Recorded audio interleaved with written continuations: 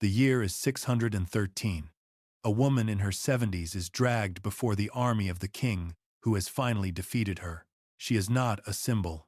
She is not a footnote.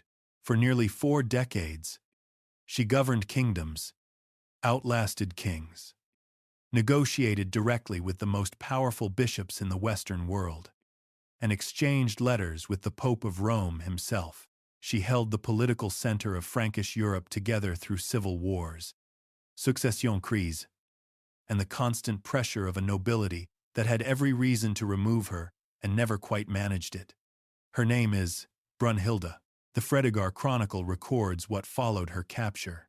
3 days of public humiliation, then an execution by horses, a death so extreme that it appears, in the language of political performance, to make an example of not just a life, but what that life had come to represent.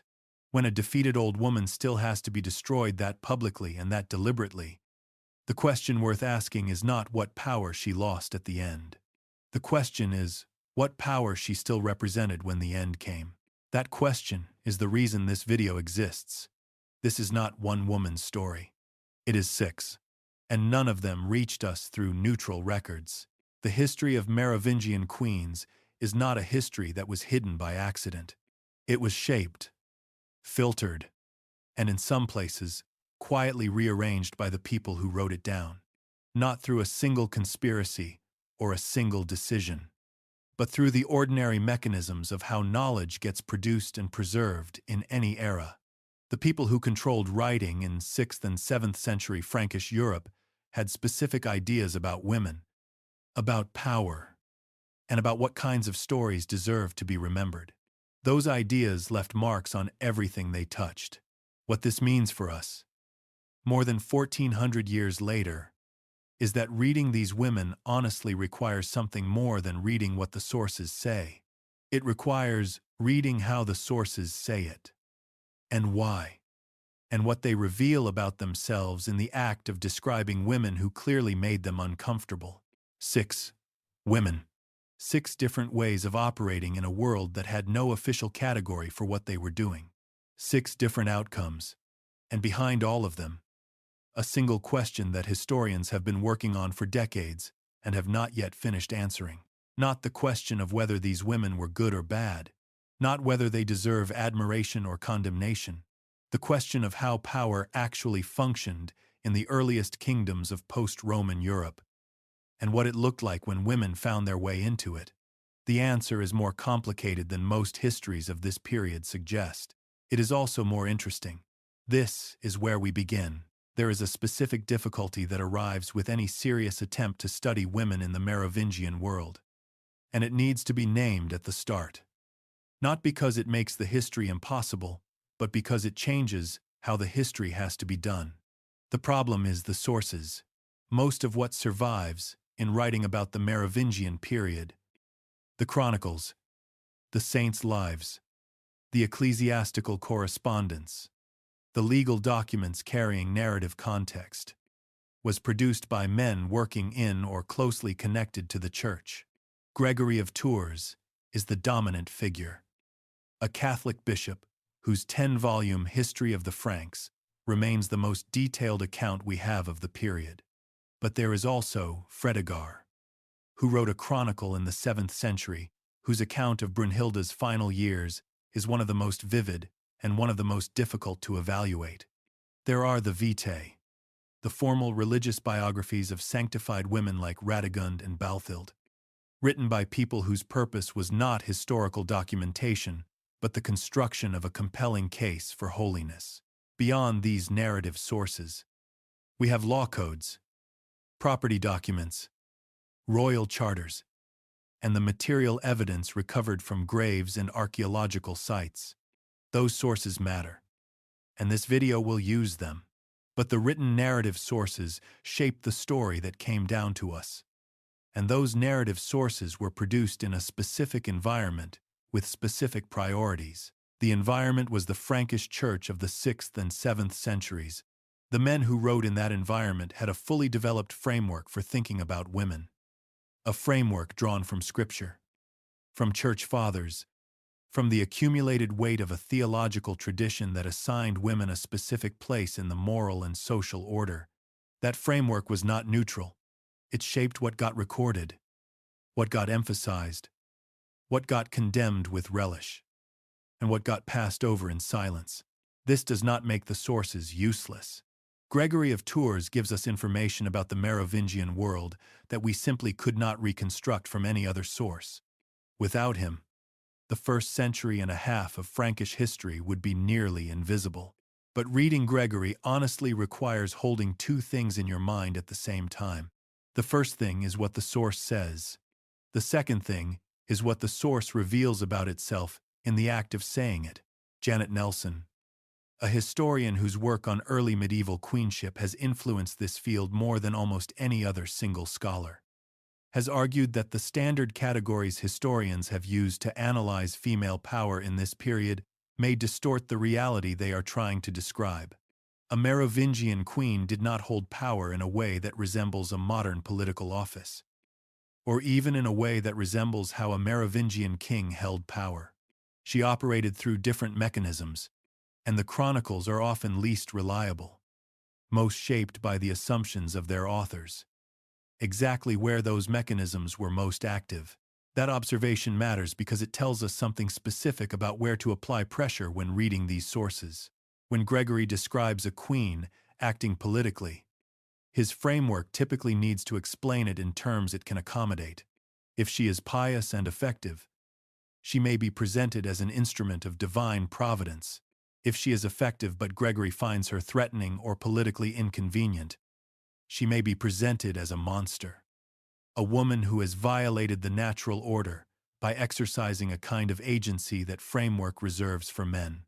What she almost never gets, in Gregory, is a straightforward account of a political actor making political decisions for comprehensible political reasons. That gap between the interpretation and the action is the primary challenge of the field. Consider what this looks like in practice. Gregory of Tours describes Fredegund, Queen of Neustria, in terms of sustained condemnation across multiple volumes. He attributes to her a list of crimes that would make her one of the most methodical killers of the 6th century. If everything he says is accurate, his portrait of her is one of the most memorable in all of early medieval literature. It is also a portrait written by a man with specific political and ecclesiastical connections that gave him strong reasons to portray Fredegund badly. Gregory's framework encouraged him to explain her effectiveness as monstrosity rather than capability. His portrait is not separable from that framework. This does not mean Fredegund was innocent. Political motivation to paint someone negatively does not automatically mean the painting is wrong. What it means is that the painting cannot be trusted on its own, without independent corroboration that in her case largely does not exist. The same problem, in different forms, appears with nearly every significant woman in this period. The Vitae, written about Radegund, tell us about a woman of extraordinary spiritual power and considerable political reach, written by people who had strong reasons to present her in the best possible light. The account of Brunhilda and Fredegund is shaped by the political reality that Fredegund wrote after her destruction. In a world where the forces that destroyed her had already won, the account of Balthild in her Vita was written at the monastery she founded, by people who needed her to be a saint. None of these accounts are lies. Exactly. But none of them are neutral records either. Reading these women requires the attention of someone willing to ask, for every claim and every source, whose interests are served by this portrait, what the writer needed this woman to be, and what the behavior visible through the account might look like if the framework placed on top of it were removed. There is one more layer to this problem worth acknowledging before we go further. The silence in these sources is not random. Women appear in the chronicles most prominently when they do something that disrupts the expectations of their chroniclers, when they exercise power too visibly, when they become impossible to ignore. The women who managed their households, controlled their property, built their networks, and exercised their influence without ever making themselves conspicuous enough to alarm a bishop, are largely absent from the written record. Their existence can sometimes be inferred from legal documents, from property records, from the occasional reference in a letter, and from the archaeological evidence of graves that contain the possessions of women whose names were never written down. The record is not the whole picture. In this particular case, the gap between the record and the reality is large enough and systematic enough that it needs to be named as a feature of the history, not a footnote to it. 6 women are at the center of this video. They are the ones whose stories survived in enough detail to allow serious analysis. And the fact that they survived, while so many others did not, is itself a clue about how the record was made and who it was made to serve. The chapters that follow will move through each of them in turn, and through the broader systems that shaped, and in some cases, determined what their lives became. But first, a necessary question. What did it actually mean to be a queen in the Merovingian world? Not in ceremony. In practice, in the specific, concrete mechanisms through which power moved from one person's hands to another. That question is where the next chapter begins, sometime in the years before Augustine's mission arrived in Kent in 597 of the Common Era. A woman was doing something unusual in a royal hall on the southeastern coast of Britain. She had been maintaining a Christian chapel on the grounds of the estate for years. She had been cultivating a religious environment in a court whose king was not Christian. She was, in ways the sources hint at without fully documenting, preparing the ground for something larger than herself. Her name was Bertha. She was a Frankish princess, Catholic, educated in the court culture of Gaul. She had married the Kentish king Ethelbert, who was not Christian, when Pope Gregory I sent a mission to convert the English, led by a monk named Augustine. The mission's success depended substantially on what Bertha had already built. The chapel was there. The religious infrastructure was there. The king had been living for years with a Catholic wife whose faith he had watched and not opposed. Bertha was not a Merovingian queen.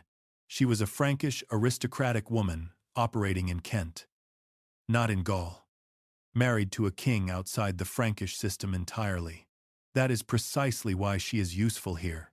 She shows the same mechanisms, the same logic, the same structural patterns of Frankish female aristocratic practice operating outside the specific context of the Merovingian kingdoms, which tells us something about how deeply those patterns were embedded in the Frankish world.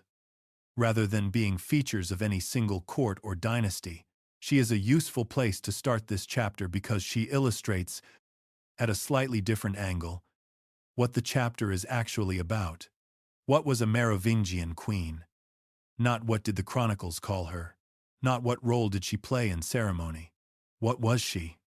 In terms of the actual mechanisms through which power moved in the Frankish world of the 6th and 7th centuries. The answer requires setting aside almost everything the word queen suggests to a modern reader. There was no coronation ceremony for a Merovingian queen. No formal investiture. No legal document that transformed a woman into a queen the way that a charter transferred land. A Frankish king's authority was recognized through a combination of dynastic lineage, martial acclamation, and ritual practices that varied by period and evolved over time as the church's influence grew. His wife became queen by being his wife. The title was real. The political content of it was not fixed by any document or tradition. It had to be built, maintained, and defended through mechanisms that the chronicles rarely describe directly, because the men writing those chronicles took those mechanisms for granted or found them too ordinary to record. 3 mechanisms shaped what a Merovingian queen could actually do. They will appear in every single chapter that follows. The first was property. In the Frankish world, marriage was a transaction that moved resources as well as people. A Frankish nobleman or king who married gave his bride what the sources call the morning gift. The Morgengabe in the Germanic tradition that shaped Frankish practice. The morning gift was given on the morning after the wedding night. It was hers, not alone. Not a gift that reverted to the husband's family. not a contribution to a shared household fund he controlled. Hers. To manage. To spend. To grant to institutions or individuals she chose to build with as she saw fit. The size of the morning gift varied considerably by region, period, and the specific negotiation involved. For a royal bride, it could include estates, revenues from land, and the income of specific properties that might generate significant wealth over decades. A queen who held substantial property independently of her husband had an economic base that did not depend on his continued goodwill or survival. She could fund religious institutions. She could reward loyalty among the clergy and the nobility. She could build the kind of network that made her a political actor in her own right. Property did more than provide resources. In the Merovingian world, where most political relationships were ultimately grounded in land, controlling property meant controlling the loyalty of the people who depended on it. A queen with extensive landholdings had clients, dependents, and allies whose relationship to her was not mediated by her husband. When he died, or when their interests diverged, those relationships did not automatically dissolve. This is why the morning gift mattered far beyond its immediate material value. It was the foundation of everything else. The second mechanism was the regency gap, the Salic law, commissioned under Clovis around 507 of the Common Era, excluded women from inheriting certain categories of Frankish land. This provision has been interpreted in later centuries as a sweeping prohibition on female succession to royal power. What it actually said in its original context was considerably more limited. A point this video will return to in detail in a later chapter. What the Salic law did not say, in any version, was who should govern when a king died, leaving an infant son. That question was simply not addressed.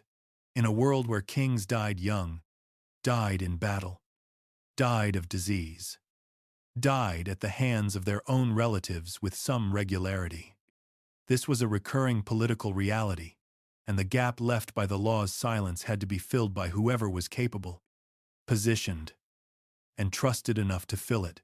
Mothers of young kings were the obvious candidates. They knew the court. They had relationships with the ecclesiastical and noble networks that surrounded the throne. They had the personal interest in the survival of a regime that no other candidate could match.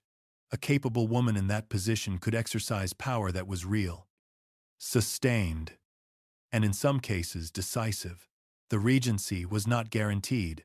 It had to be seized, negotiated, and defended against rivals who might have their own claims on a young king's governance.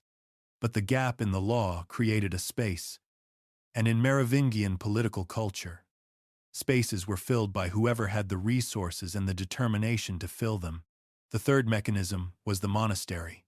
In the 6th and 7th centuries, monasteries were not simply places of prayer. They were landholding institutions of the first order. A monastery held property under ecclesiastical law, governed by rules different from those that governed secular landholding. A monastery founded by a royal or noble woman, with lands endowed by that woman, with a religious community loyal to her and to the institution she had created, was an economic and social power base that operated in a different legal register from anything a secular lord could easily control. The woman who founded and directed such a monastery had something genuinely difficult to take away. A king who wanted to seize the property of a monastery with an international religious reputation, with connections to bishops and to Rome, would face ecclesiastical resistance that had real political costs. The church was not simply a spiritual institution. It was the most coherent administrative network remaining in post-Roman Western Europe. A woman who converted her property and her position into an ecclesiastical institution had reorganized it into a form that her enemies found genuinely difficult to attack. She had not withdrawn from political life. She had moved it onto different terrain. These three mechanisms, property, the regency gap, and the monastery, are the structural grammar of Merovingian female power. They do not appear in the sources as a system. because no one in the 6th or 7th century described them as a system. They appear in the behavior of specific women making specific decisions in specific political circumstances. Once you know what to look for, they appear in nearly every significant case. One important qualification before moving forward. The mechanisms described above were available to women of a particular social position, not to all women, not even to all noble women. They required the kind of property, the kind of connections, and the kind of proximity to royal power that only a narrow group of women could access. The world this video describes is not the world of ordinary Frankish women. That qualification matters. It keeps the history honest about whose experience is actually being described. And one more thing. These mechanisms were not permanent. They could be blocked, reversed, or overwhelmed by the right combination of political pressure, military force, and ecclesiastical disapproval. The women in the chapters that follow used them with varying degrees of success. Some built power that lasted decades. One was stopped before she had fully used what she had. The mechanisms created possibilities. They did not create guarantees.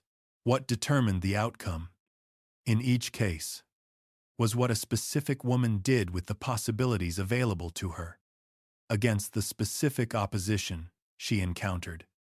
In circumstances she did not always choose. That is what the chapters that follow are about.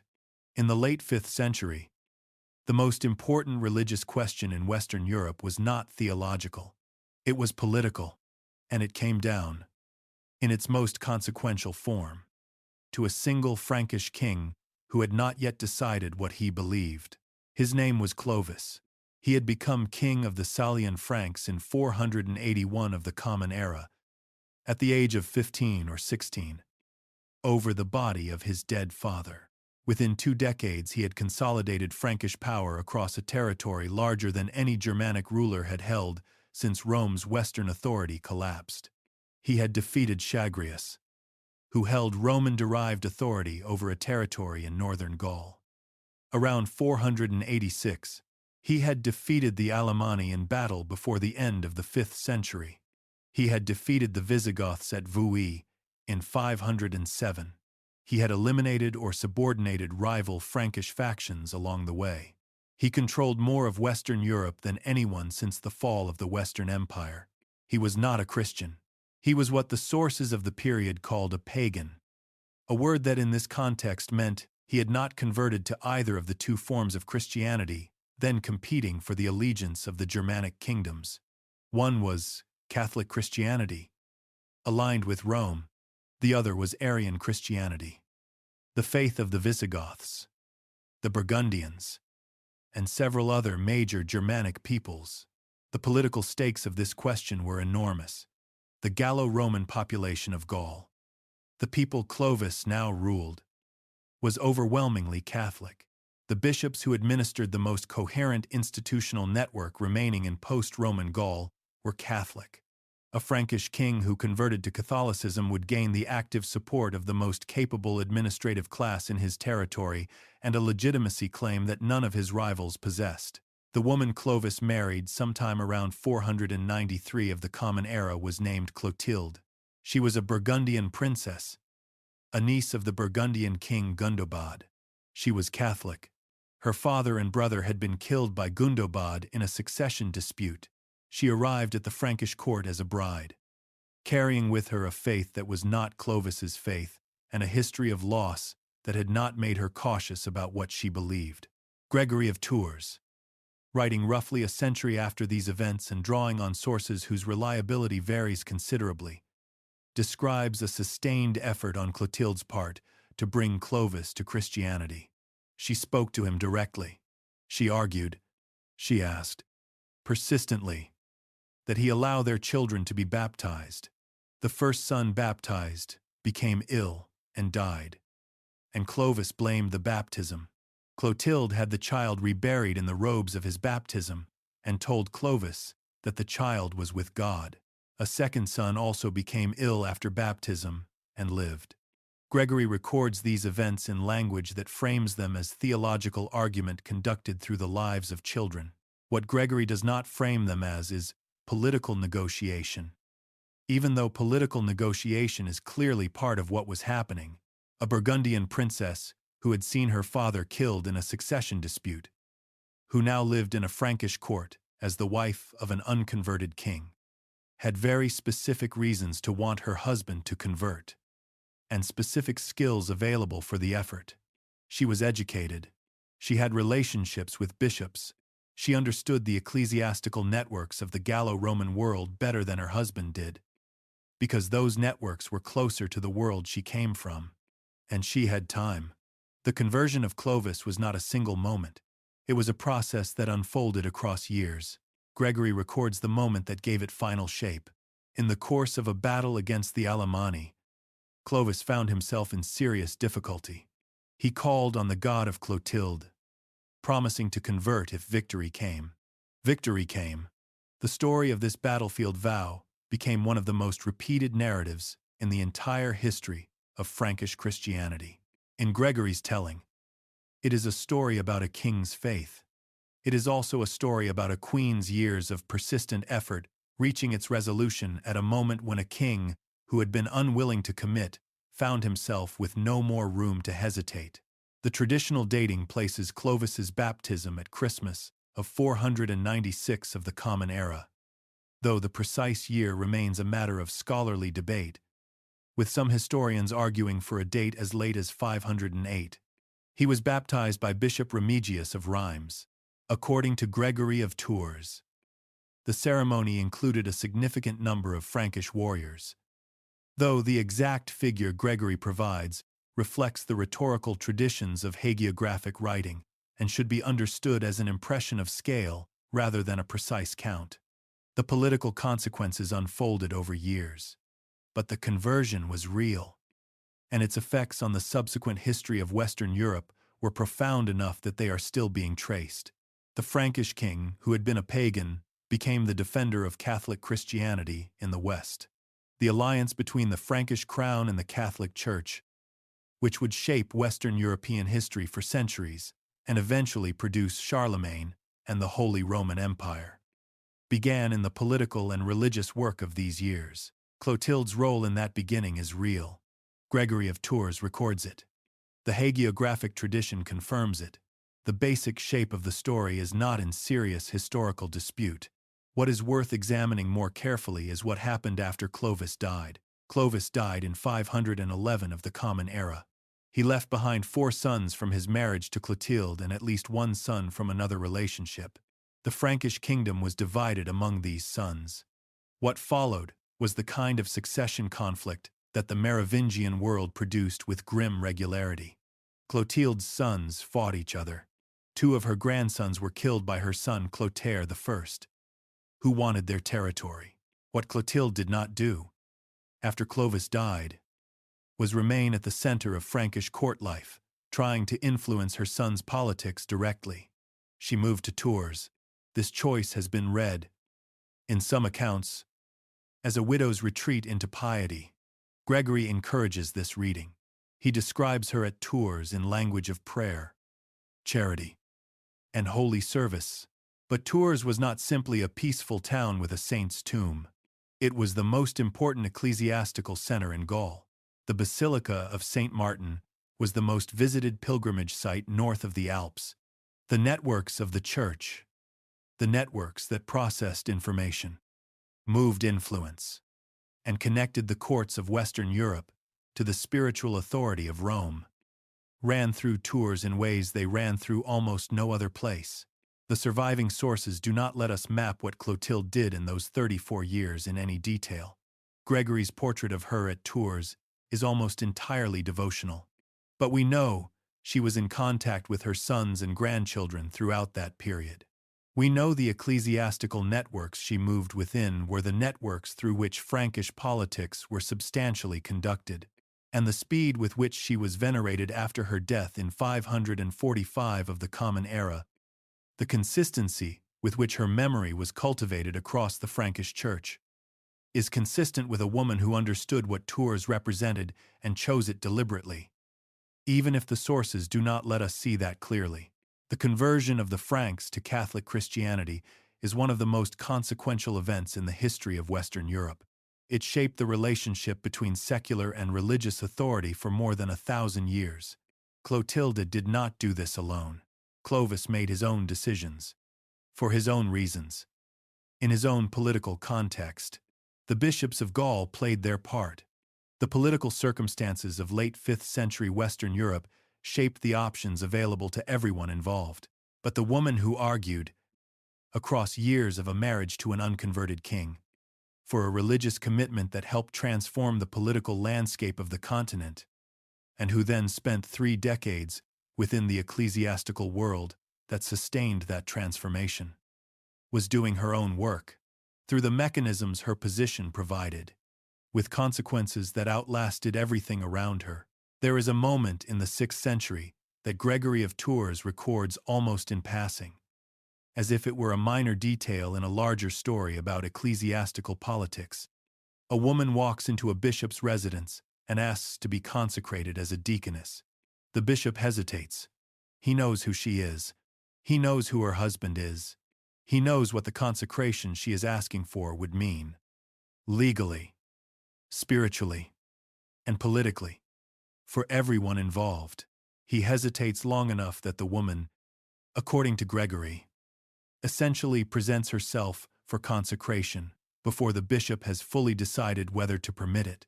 The bishop's name was Medard, Bishop of Noyon.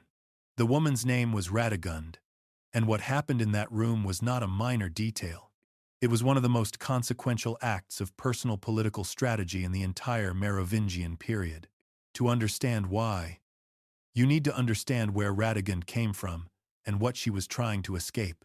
She was born around 520 of the Common Era, a princess of the Thuringian kingdom east of the Rhine, in 531 of the Common Era, when Radegund was roughly 10 or 11 years old.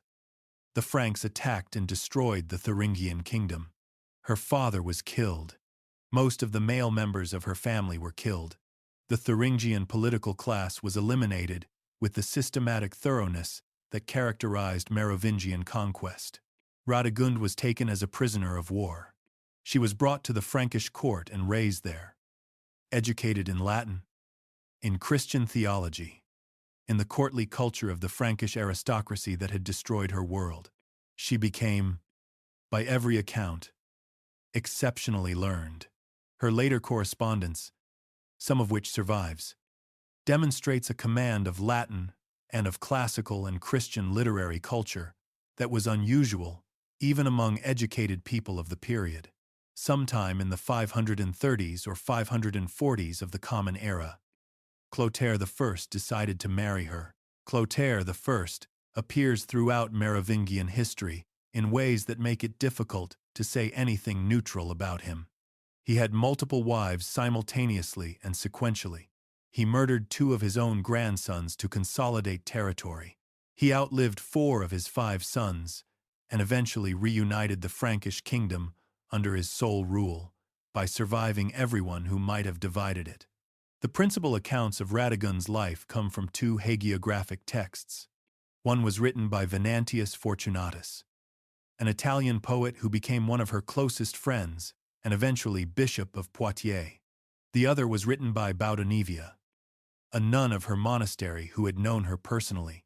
Both texts are hagiographies, meaning they were written to demonstrate holiness, not to provide neutral historical documentation. They need to be read with that purpose in mind. What they describe, read through that filter, is a woman who found life with Clotaire intolerable and spent years looking for a way out that he could not simply override. Venantius Fortunatus describes her acts of ascetic devotion, her care for the poor, her resistance to the ordinary pleasures of court life, in language that is religious but also functions as a portrait of someone who had systematically made herself as inconvenient a wife as possible, without giving her husband clear grounds to eliminate her. At some point, Clotaire killed her brother. The sources disagree on the circumstances. What they agree on is that after this, Radegund's determination to leave the marriage became absolute. This is where the scene with Bishop Medard becomes important. Radegund understood that simply leaving a royal marriage was not something a woman could do unilaterally in the Frankish world. A king's wife was not free to withdraw. If she left without protection, she could be brought back, and Clotilde was not a man inclined to allow a departure he had not approved. What she needed was a recognized ecclesiastical status that gave her an identity distinct enough from her identity as Clotilde's wife that any attempt to reclaim her would carry significant political and religious costs for whoever tried.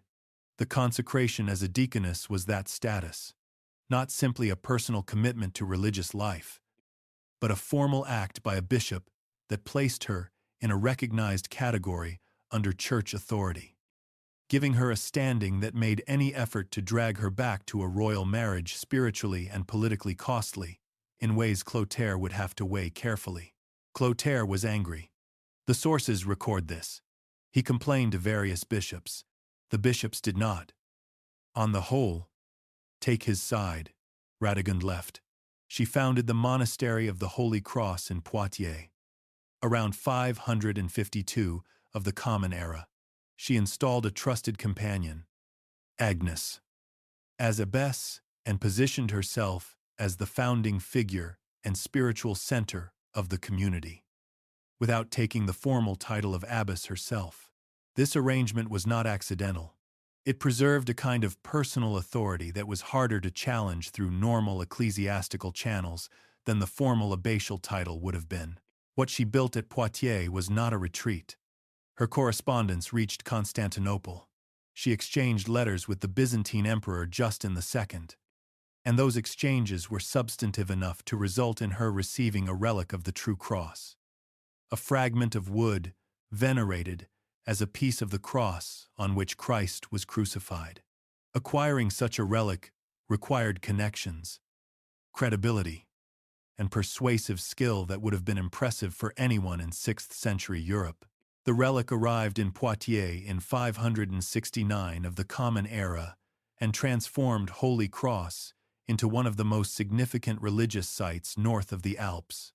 The relic made the monastery politically important in ways that amplified everything Radegund had built there. Pilgrims came. Donations followed. The network of relationships the relic attracted included people at every level of Frankish society. Radegund used that network. Her surviving correspondence includes exchanges with Frankish kings and their courts on matters that had nothing formally to do with her monastery.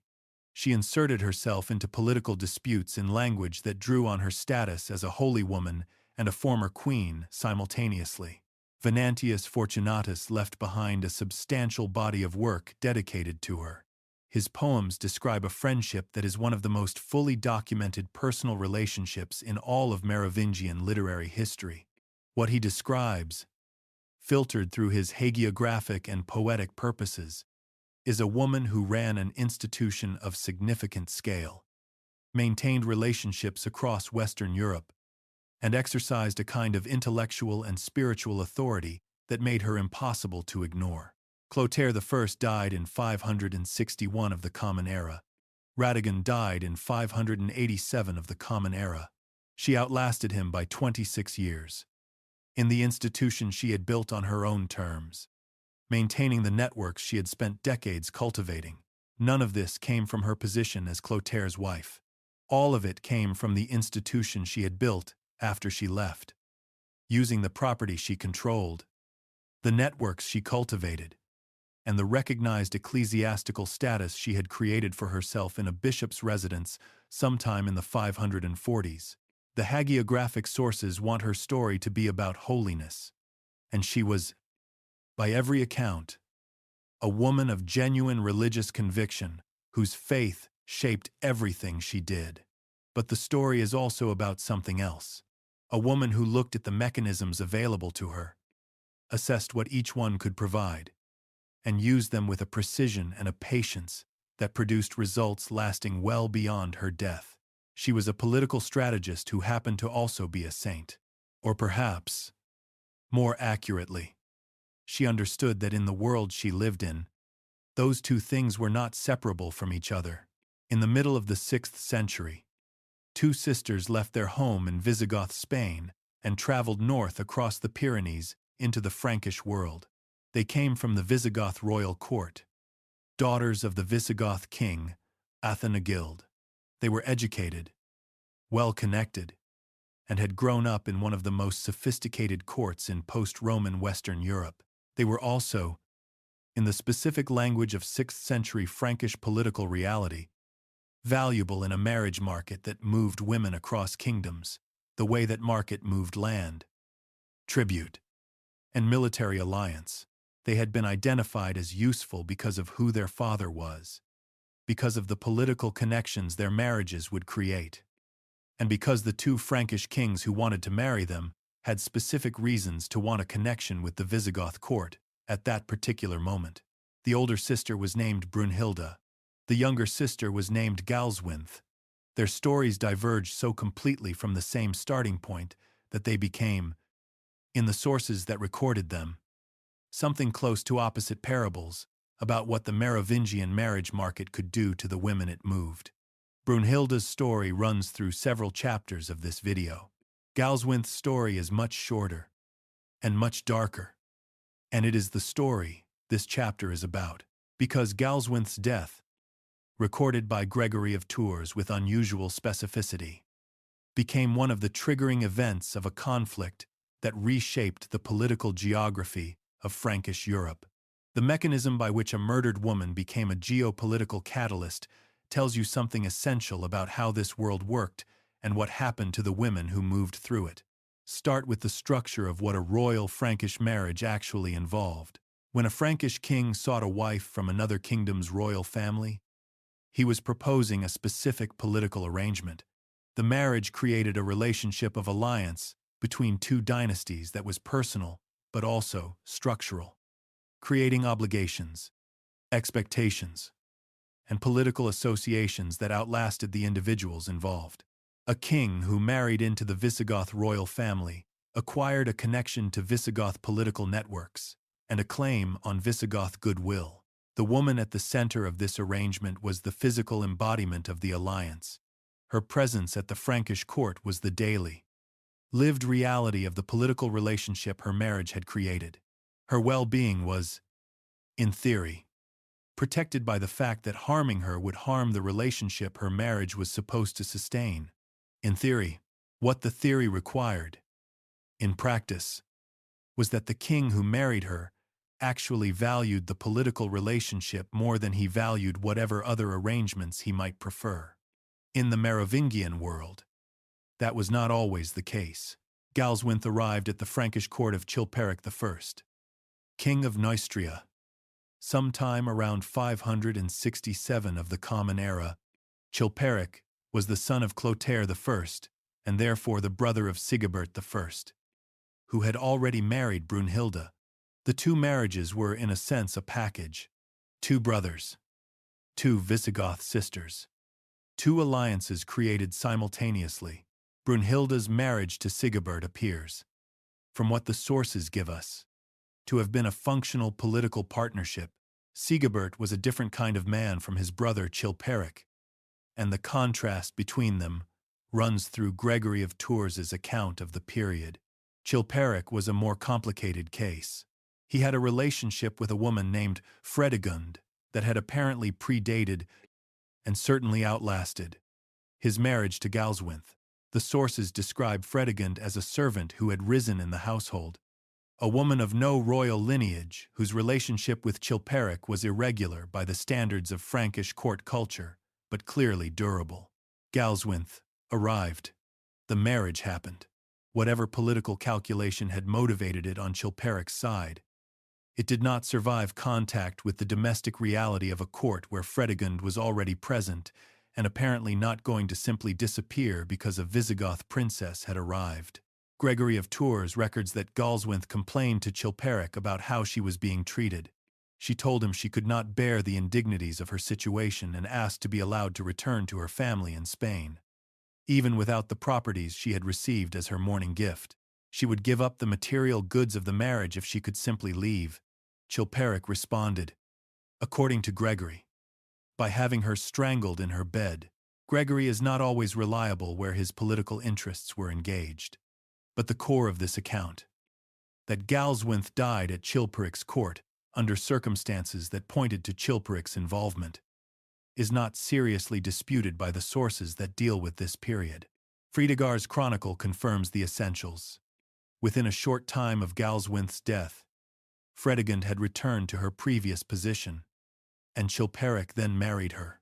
The political consequences of this sequence were not immediate, but they were devastating in their long-term effects.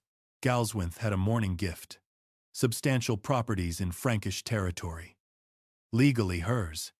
When she died, those properties did not simply revert to Chilperic without complication. Her family had a claim. Her sister Brunhilda, now Queen of Austrasia, had a claim, and Sigebert, Brunhilda's husband and Chilperic's own brother, had a political reason to press that claim, because acknowledging it reinforced the legitimacy of the mourning gift institution, and because the political insult to the Visigoth connection could not simply be absorbed without response. The conflict that followed ran from the late 560s through the end of the 6th century and beyond, inflicting enormous damage on the Frankish world. Gregory of Tours frames this conflict primarily as a rivalry between two women, between Brunhilda and Fredegund. He describes it in language drawn from personal animus and the kind of sustained malice that he associated with women who had overstepped appropriate boundaries. This framing has had remarkable staying power. It is also, on careful examination, a misreading of what was actually happening. For reasons this video will address in detail in the chapter specifically devoted to that conflict. What this chapter is about is Galswinthe. She did not survive. She did not become a political actor in her own right, because she was killed before she had the chance. She left behind the mourning gift properties whose contested ownership helped trigger a war. She left behind the memory of an event that Gregory of Tours recorded with enough specificity that historians more than 1,400 years later can still trace its outline. The system of royal marriage as political alliance rested on an implicit guarantee. The woman sent from one court to another would be treated with a level of care consistent with the value of the alliance her presence represented. Galswinthe's death repudiated that guarantee. It said, in effect, that a king's domestic preferences could override the obligations created by the political arrangement her marriage had been designed to sustain. The consequences were so large and so prolonged precisely because the repudiation was so clear. If Chilperic could kill a Visigoth princess without political cost, the entire architecture of royal marriage as a mechanism for creating durable alliances became unreliable. The conflict that followed was, among other things, an argument about whether that architecture would be defended or abandoned. The argument lasted more than 30 years. Galswinthe's name appears in the sources for a brief period in the late 560s and then disappears. She was at Chilperic's court for perhaps a year or two. She asked to go home and was killed instead. She did not shape the course of Frankish history through political agency or personal determination or the strategic use of the mechanisms this video has described. She shaped it by being murdered, by being the specific person whose death created a specific grievance with specific political consequences that no one, including the man who killed her, had designed in advance. The marriage market moved women from one court to another as instruments of political alliance. It gave them mourning gifts and titles and a place in a court structure. It did not give them reliable protection when the logic of that alliance came into conflict with the preferences of the man they had been sent to marry. Galswinthe's story is the story of what happened when that conflict was resolved in the worst possible way, and the world it set in motion lasted for decades. Open any serious account of the Merovingian 6th century and Fredegund will be there. She is hard to miss. Gregory of Tours returns to her again and again across the 10 volumes of his History of the Franks, and almost every return adds something to a portrait that is, by any measure, one of the most sustained exercises in characterological condemnation in all of early medieval literature. He attributes to her the murder of Galswinthe, arranged so that Chilperic could marry her instead. He attributes to her the deaths of two of Chilperic's sons from a previous marriage. He attributes to her multiple assassination attempts against Brunhilda, some described in operational detail. He attributes to her the murder of two bishops. He attributes to her a level of methodical, sustained, and creative violence that would make her, if Gregory's account is taken at face value, one of the most prolific killers of the century. Gregory's portrait of Fredegund is vivid enough that it has shaped how she has been remembered for more than 1400 years. It produced the popular image of the Dark Queen of Neustria, the servant who clawed her way to power over the bodies of everyone who stood between her and the throne. That portrait needs to be examined rather than simply accepted. The examination begins with a question the previous chapters were designed to raise. Who was Gregory of Tours? And what did his framework need Fredegund to be? Gregory was Bishop of Tours from 573 to 594 of the Common Era. He was a man whose opinion mattered to kings, and whose relationships with the Frankish aristocracy and clergy shaped the practical politics of the world around him. He did not write from a position of neutrality in the conflicts of his time. He had ecclesiastical and political connections that placed him in a complicated relationship with the Neustrian court, one that gave his account of Chilperic and Fredegund a specific coloring that careful readers have noted across many generations. His theological and moral framework had a specific vocabulary for women who exercised power in ways that disrupted the expected order. When a woman in Gregory's world did things that exceeded what his framework expected, the framework provided a set of explanatory categories. Those categories were not flattering. They drew on a tradition that associated female agency with disruption, with the transgression of natural boundaries, with the kind of appetite for power that proper governance was supposed to restrain. Fredegund exceeded what Gregory's framework expected of women. Whatever she actually did, she was clearly a woman of formidable capacity who operated at the center of Frankish political life for decades.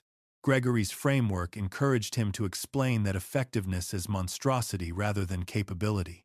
His portrait is not separable from that framework. This is not a claim that Fredegund was innocent.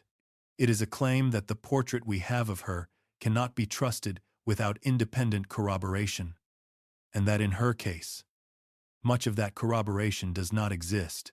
There are specific episodes where the problems are most visible. The deaths of Chilperic's sons from his previous marriage, Theudobert and Merovingian, both of which Gregory attributes to Fredegund's scheming, happened in a political environment where their deaths served the interests of multiple parties. Gregory attributes them to her. Attribution in Gregory's text is shaped by his framework, and attributing violent deaths to the most convenient available figure is not the same as establishing responsibility. The assassination attempts against Brunhilda present a similar problem. Some Gregory describes in considerable detail. The detail makes them feel documented, but detail coming from one politically positioned source is not the same as independent verification. Here is what the evidence does allow. Stated directly, Fredegund was not a woman of royal birth.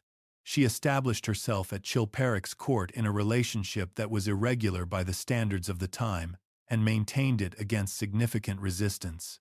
She was present at the Frankish court through a period of sustained political violence that killed multiple members of the royal family. She survived that period. Her son Clotilde II survived it, and eventually became king of all the Franks. Chilperic was assassinated in 584 of the Common Era. The identity of his killer was never established with certainty. Fredegund was nearby. Gregory implies her involvement while stopping short of a direct accusation in his main narrative, which is itself a notable kind of restraint from a writer who elsewhere accuses her of things far worse. After Chilperic's death, Fredegund governed Neustria as regent for her infant son. She did this for more than a decade. She managed a kingdom under continuous military pressure from Austrasia and Burgundy. She maintained the loyalty of a Frankish nobility that had no hereditary obligation to follow her, and every practical reason to seek better arrangements. She kept Clotilde alive through a period when infant and child kings had a genuinely poor survival rate in the Merovingian world. That is a political achievement of real scale and genuine difficulty. The kingdom that survived. The son who became king. The decade of governance under difficult conditions. These give us a second picture, one that emerges almost by accident from the evidence of what actually happened rather than from what Gregory chose to describe. Reading her honestly means holding both pictures without deciding in advance which one is the real one. There is one more dimension of her story worth attention before this chapter closes. Fredegund is almost always discussed in relation to Brunhilda. Gregory frames them as opposites, and his portrait of Brunhilda, while not uniformly positive, is considerably more respectful than his portrait of Fredegund. The reason is probably not that Brunhilda was objectively more admirable by Gregory's standards. The reason is that Gregory's relationships and interests aligned more comfortably with the Austrasian cause that Brunhilda represented than with the Neustrian cause that Fredegund represented. His portraits of both women reflect those alignments as much as they reflect the women themselves. Reading Fredegund honestly requires acknowledging what Gregory's framework made of her, and then asking what the evidence reveals when that framework is accounted for. A woman of low birth, who used the mechanisms available to her with an effectiveness that made her impossible to ignore, impossible to remove, and impossible to evaluate without first examining the interests of the people doing the evaluating. In 566 of the Common Era, a Visigoth princess arrived at the Austrasian court to marry Sigebert I. The marriage was, by the standards of the Merovingian world, a political success almost immediately. Sigebert had held Austrasia together through the difficult years after his father's death. He was the man Gregory of Tours describes with something approaching genuine respect. He had sought a bride from the Visigoth royal family, specifically because he wanted a woman of education and lineage equal to his own position. Brunhilda was that bride. She was Catholic, which required a conversion from Arianism, the form of Christianity practiced by the Visigoth court. The conversion was formal and apparently not deeply contested. She arrived. She converted. She married Sigebert, and she took her place at the center of one of the two most powerful Frankish courts of the late 6th century. She was educated in Latin and in the courtly culture of the Visigoth world, which in the mid-6th century was one of the most sophisticated in post-Roman Western Europe. She understood the ecclesiastical networks of the Frankish Church. She understood the political geography of the Frankish kingdoms and the relationships between their aristocratic factions. She entered this world prepared to operate effectively within it. What she could not have understood, when she arrived, was how long she would need that preparation. Sigebert was killed in 575 of the Common Era by assassins. Gregory of Tours records the killing with specificity, suggesting he had reliable sources. The assassins are described as sent by Fredegund. Whether that attribution is accurate cannot be established with certainty, for the reasons this video has already discussed. What is certain is that Sigebert died at a moment when he appeared close to military and political victory over Chilperic and Neustria, and that his death fundamentally changed the balance of power in the Frankish world. Brunhilda was captured by Chilperic immediately after Sigebert's death.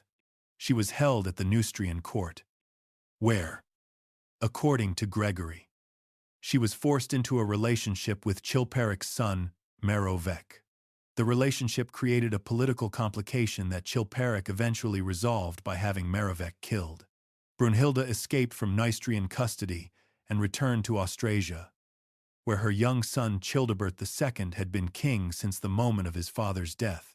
She became his regent. She was, at this point, somewhere in her late 20s or early 30s. She had been a queen for less than a decade.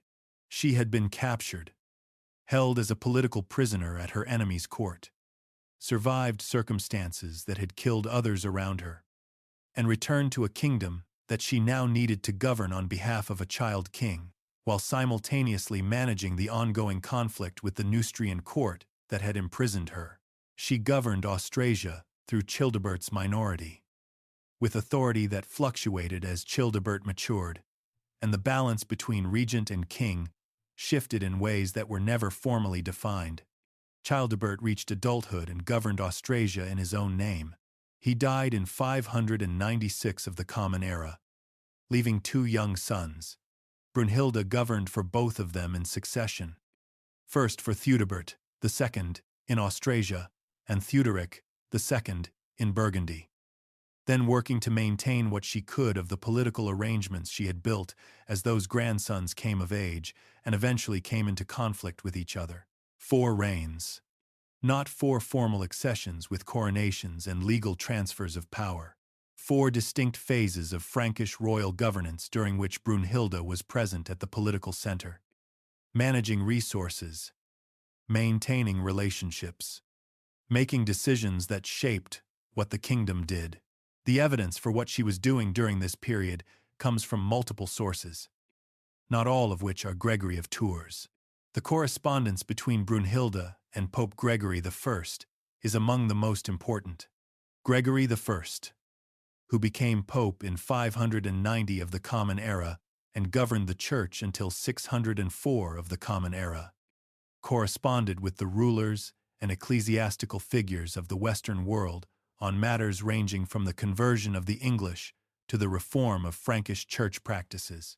He wrote to Brunhilda repeatedly, the letters that survive, which are part of Gregory's collected correspondence and therefore among the best documented exchanges of the period, address her as a ruler, not as a regent or a temporary authority.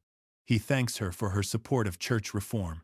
He asks her to support the mission of Augustine to the English, which needed safe passage through Frankish territory. He praises her commitment to ecclesiastical discipline and language, suggesting he found her a more reliable partner in that project than many of the male rulers he dealt with. These letters are not hagiography. They are working correspondence between a pope, managing complex ecclesiastical politics, and a ruler he had assessed as capable and useful. The assessment embedded in them, the consistent treatment of Brunhilda as a genuine political partner, is a piece of independent evidence about how she was perceived by someone, with every reason to assess her accurately. Gregory of Tours' portrait of Brunhilda is more ambivalent than his portrait of Fredegund, but not uniformly positive. He credits her with real ability, while also describing episodes where her behavior exceeded what he found acceptable. The ambivalence itself is informative. He could not fit her into a simple category the way he could fit Fredegund. She was too capable, and his relationships with her were too complex. For that kind of reduction, Fredegar's account of her final years is harsher. Fredegar wrote after her destruction, in a world where the forces that had destroyed her had won, and where characterizing her as a tyrant served the legitimating purposes of the new political order. His portrait of her in the years before 613 is of a woman who had become arbitrary and willing to destroy anyone who stood in her way. The portrait served a purpose. That does not automatically make it wrong, but it requires the same kind of reading that Gregory's portrait of Fredegund requires. What does the evidence, read against its sources, actually tell us about Brunhilda?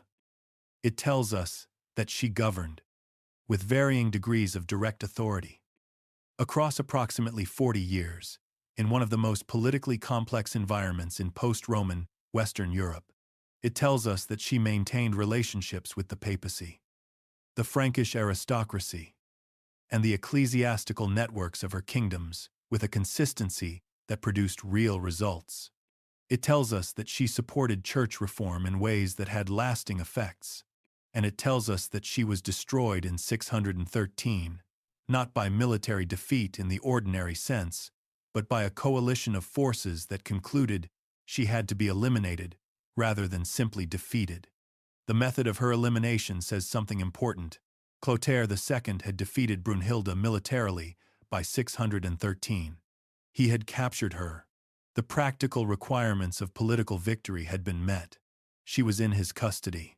She was old. He could have imprisoned her, sent her to a monastery, executed her quickly. He did not. The Fredegund chronicle records 3 days of public humiliation followed by an execution by horses.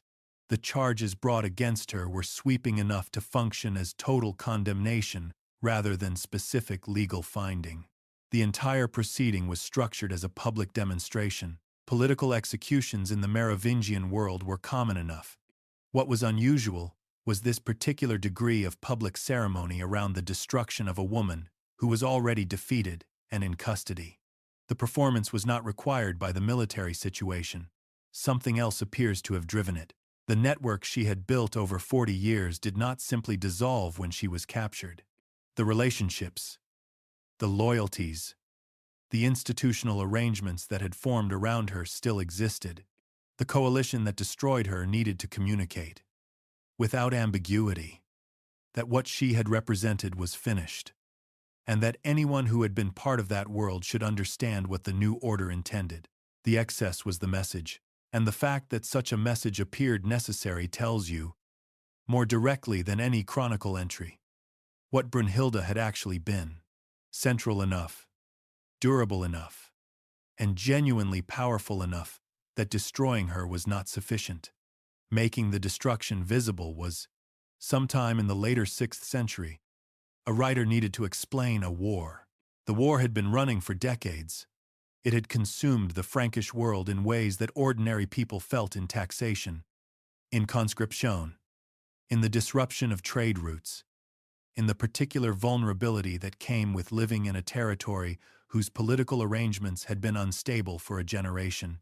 It had killed kings, nobles, bishops, and a very large number of people whose names no one recorded.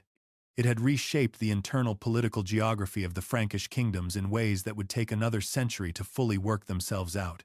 The writer was Gregory of Tours, and the explanation he reached for, the frame he placed on a conflict of this scope and duration, was a personal rivalry between two women.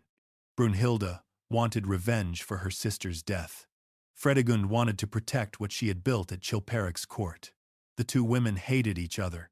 That hatred drove the conflict. The kings and nobles and armies were, in this telling, instruments of a feud whose origin lay in the emotions of these two queens. This is a compelling story. It has the clarity of personal motive, the narrative satisfactions of sustained rivalry, the dramatic contrast between two women of completely different origins locked in a conflict that neither could end. It is also a misreading of what was actually happening. The conflict between Austrasia and Neustria had structural roots that ran deeper than any individual's emotions. The Frankish kingdom had been divided among the sons of Clotilde I after his death in 561 of the Common Era. That division reflected genuine political reality. Different regions had different aristocracies, different ecclesiastical networks, different relationships to the Gallo-Roman population that made up the majority of the settled farming and trading communities. Those differences generated interests. Austrasian nobles had interests in Austrasian political arrangements that diverged from the interests of Neustrian nobles. The ecclesiastical networks of the two regions had different priorities. The aristocracies of both regions had interests in limiting royal power, interests that sometimes aligned with the crown of the rival kingdom because a weakened neighbor was easier to manage than a strengthened one. All of this existed before Brunhilda arrived at the Austrasian court. What Galswinth's death added was a specific legal and political grievance with specific consequences. The conflict could be managed politically, or it could escalate. It escalated, not because of ungovernable grief or uniquely malevolent scheming, but because the structural conditions made escalation more likely than management, and because the specific people involved made the choices they made within those conditions. Sigebert went to war against Chilperic and came close to winning. His death by assassination in 575 changed everything. After Sigebert's death, Chilperic was in a stronger position than he had been in years. He extended Neustrian influence into Austrasian territory and governed as the dominant Frankish king for nearly a decade. Before his own death, in 584, Chilperic's death reversed things again.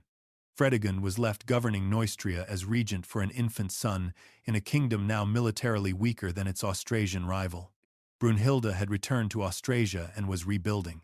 The conflict continued through the last decade of the 6th century and into the 7th, involving military campaigns, assassination attempts, and shifting alliances among the Frankish nobility. It ended in 613, with Brunhilda's destruction and Clotilde II's consolidation of the entire Frankish kingdom under his rule. Described in those terms, this is a story about structural tensions in a divided kingdom, about the consequences of a specific murder that destabilized an existing treaty arrangement, about governance choices across nearly 50 years, and about the eventual consolidation of the kingdom under a ruler whose position had been built incrementally across decades. The two women are in it. Centrally, their choices shaped its trajectory, but framing it as their personal conflict misrepresents both the women and the world they operated in. When the conflict is framed as a personal feud, the structural causes disappear behind the personal ones. The roles of the aristocracies, who had their own interests throughout, become subordinate to the drama of two women's rivalry.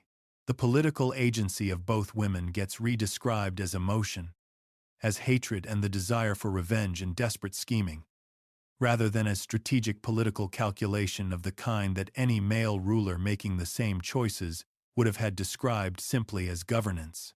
Gregory's framework encouraged him to explain the conflict through female emotion because that was how the framework accounted for female political action that exceeded what it expected.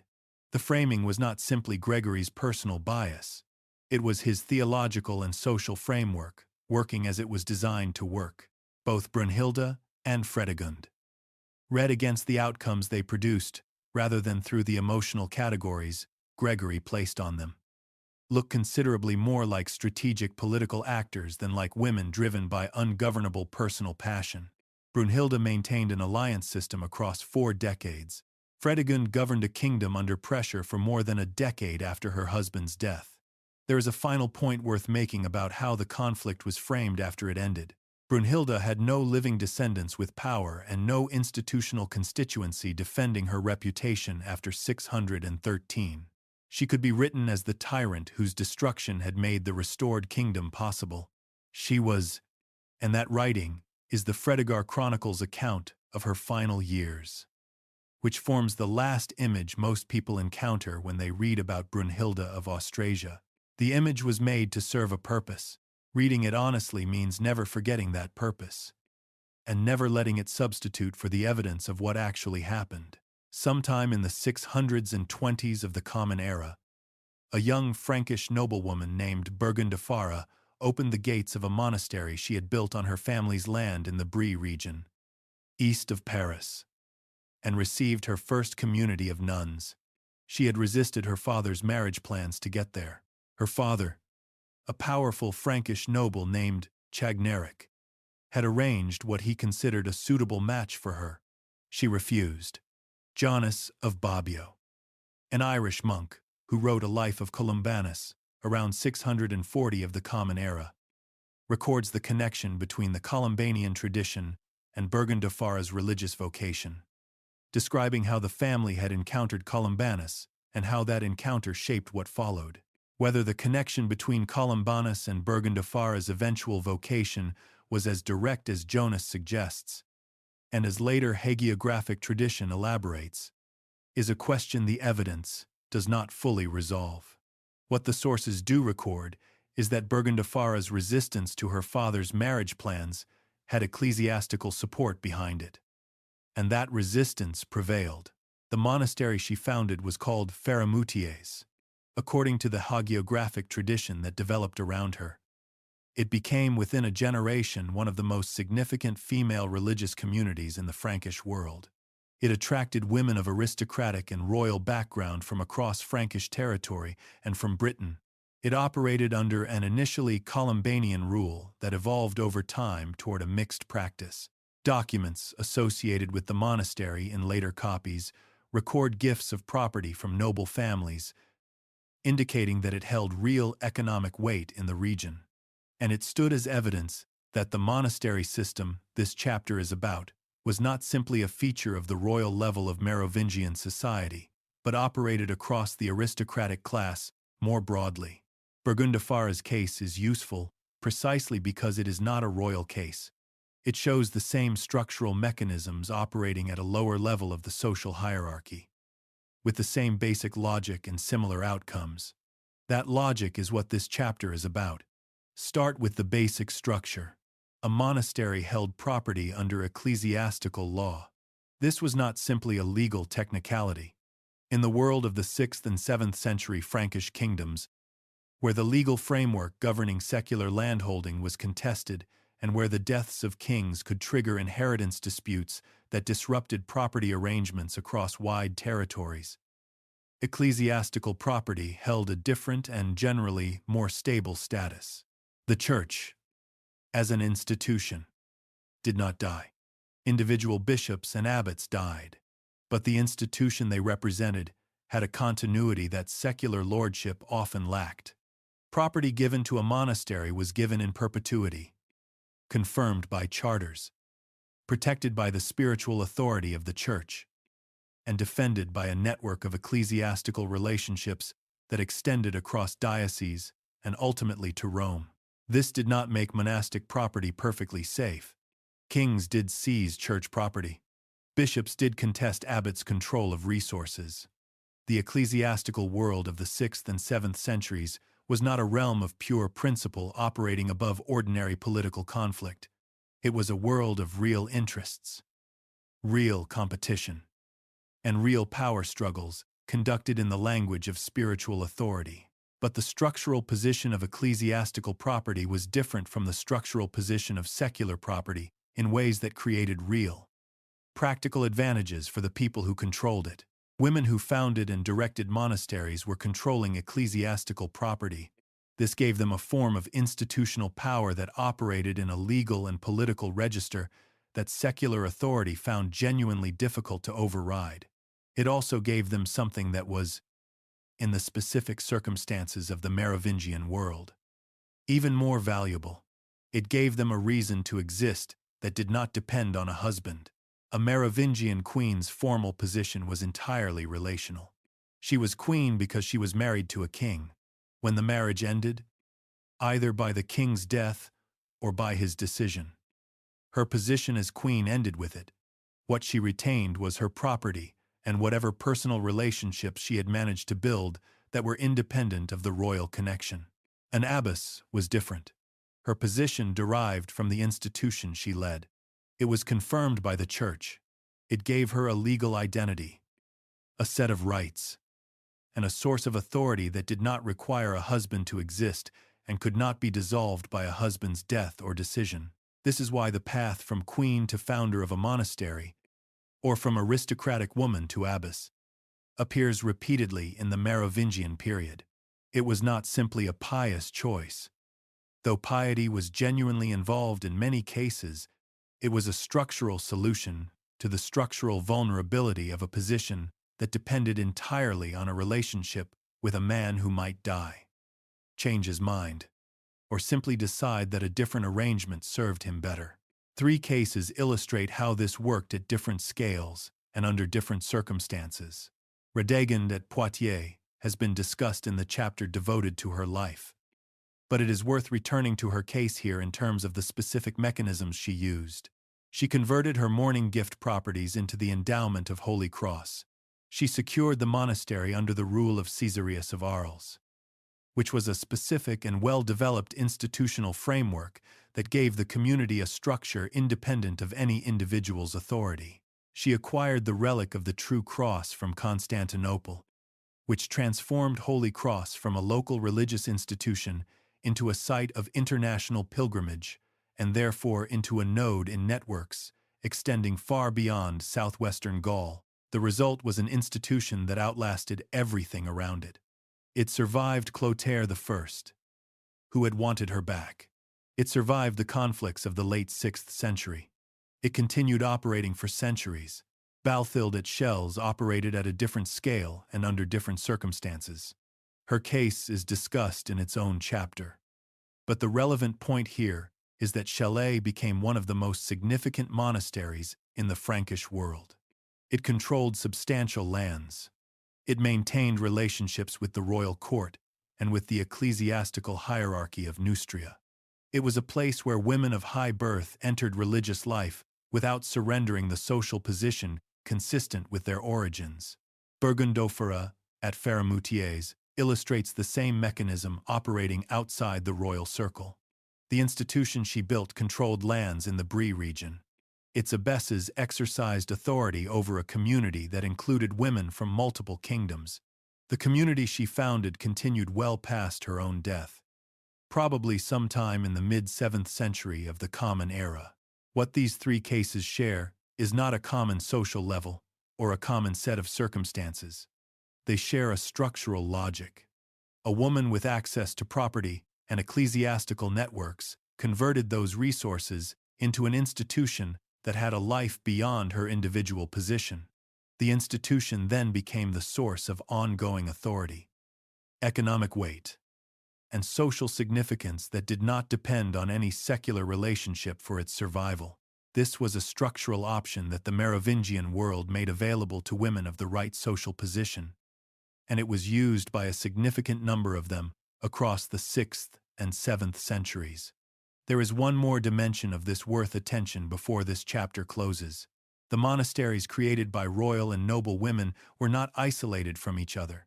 They were connected through the ecclesiastical hierarchy, through shared institutional models, through the movement of nuns between communities, through correspondence between abbesses, and through the networks of pilgrimage and patronage that linked religious sites across the Frankish world. This connectivity meant that the power base of any single monastery was not simply the property and relationships of that specific institution. It was also a position within a network extending across the Frankish church. An abbess with connections to other abbesses, to bishops who supported the network, to lay patrons who valued its spiritual prestige, had access to resources and influence that went beyond what her monastery's own holdings could directly provide. That network was built, maintained, and operated substantially by women. Not exclusively, not without the participation of male ecclesiastical figures who had their own interests in sustaining it, but the directing intelligence behind many of the most significant nodes in that network was female, in a way that the written sources do not fully acknowledge, and that the institutional evidence, read carefully, makes difficult to deny. The monastery system was the most coherent and durable institutional structure available to women in the Merovingian world. The women who used it built something that outlasted the kingdoms around them. That is not a minor historical footnote. It is a structural feature of how post-Roman Western Europe was organized in the 6th and 7th centuries. The sources, written by men with other things on their minds, never quite got around to describing it as such, but it was there.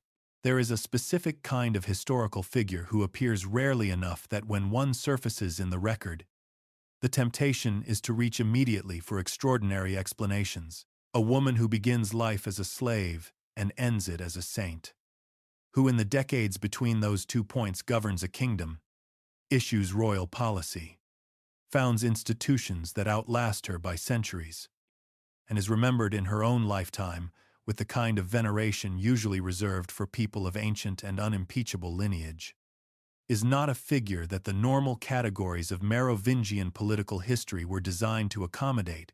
Balthild was that figure, and the challenge she presents is not simply the challenge of reconstructing a life from incomplete sources, though that challenge is real. It is the challenge of reading sources that were written for a specific purpose about a person whose actual life exceeded, in almost every direction, the purposes those sources were designed to serve. She was Anglo-Saxon. She was brought to the Frankish world as a slave, probably in the 630s of the Common Era, probably as a young girl. The mechanics of how she arrived are not documented with any precision. The slave trade that moved people across the Channel and into Frankish households was a functioning reality of the period, and the sources do not treat her arrival as requiring special explanation. She came. She was purchased. She entered the household of Erchinoald, the mayor of the Palace of Neustria, which was one of the most politically significant households in the Frankish world. The office of mayor of the palace had by this point in the 7th century become the most powerful administrative position in the Frankish kingdoms. The king was the ceremonial and legal center of the kingdom. The mayor of the palace managed its actual governance, its military resources, its relationships with the aristocracy. Erchinoald was not a minor figure. His household was not a backwater.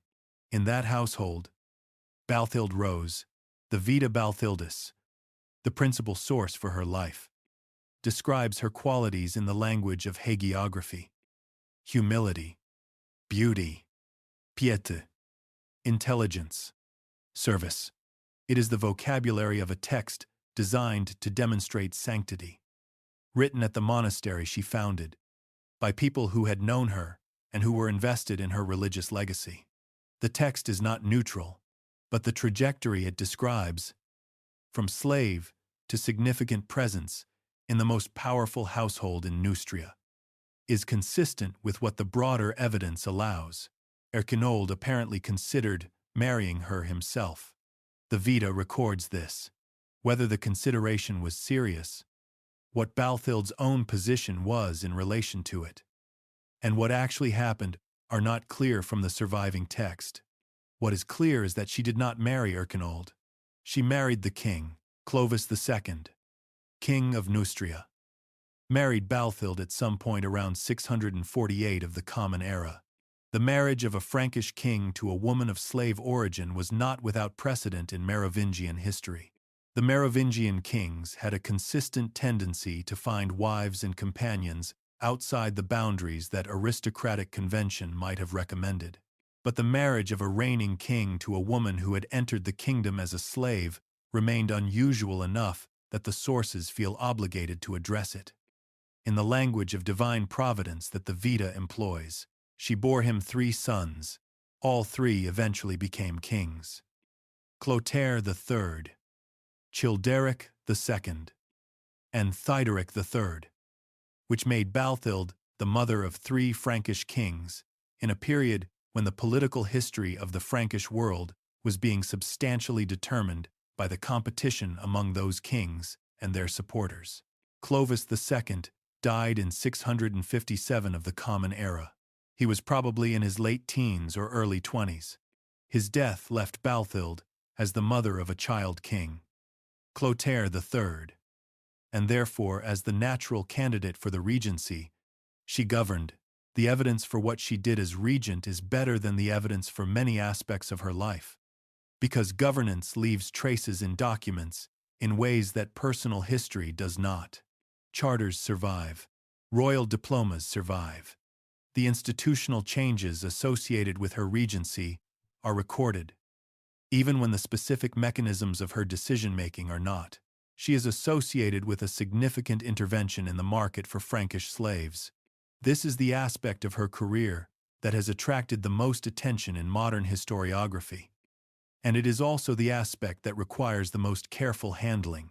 The Vita Balthildis claims that she worked to end the trade in Christian slaves, specifically the trade that moved Frankish Christians into the hands of non-Christian buyers. The claim has been repeated, amplified, and sometimes transformed in later accounts into a wholesale abolition of slavery that the evidence does not support. What the evidence supports is more specific and more complicated.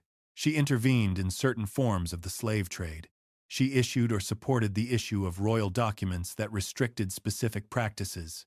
The precise scope, the actual enforcement, and the lasting effects of these interventions are all subjects of active scholarly debate, with historians examining the documentary evidence and reaching different conclusions about what was actually changed, for how long, and in whose interests.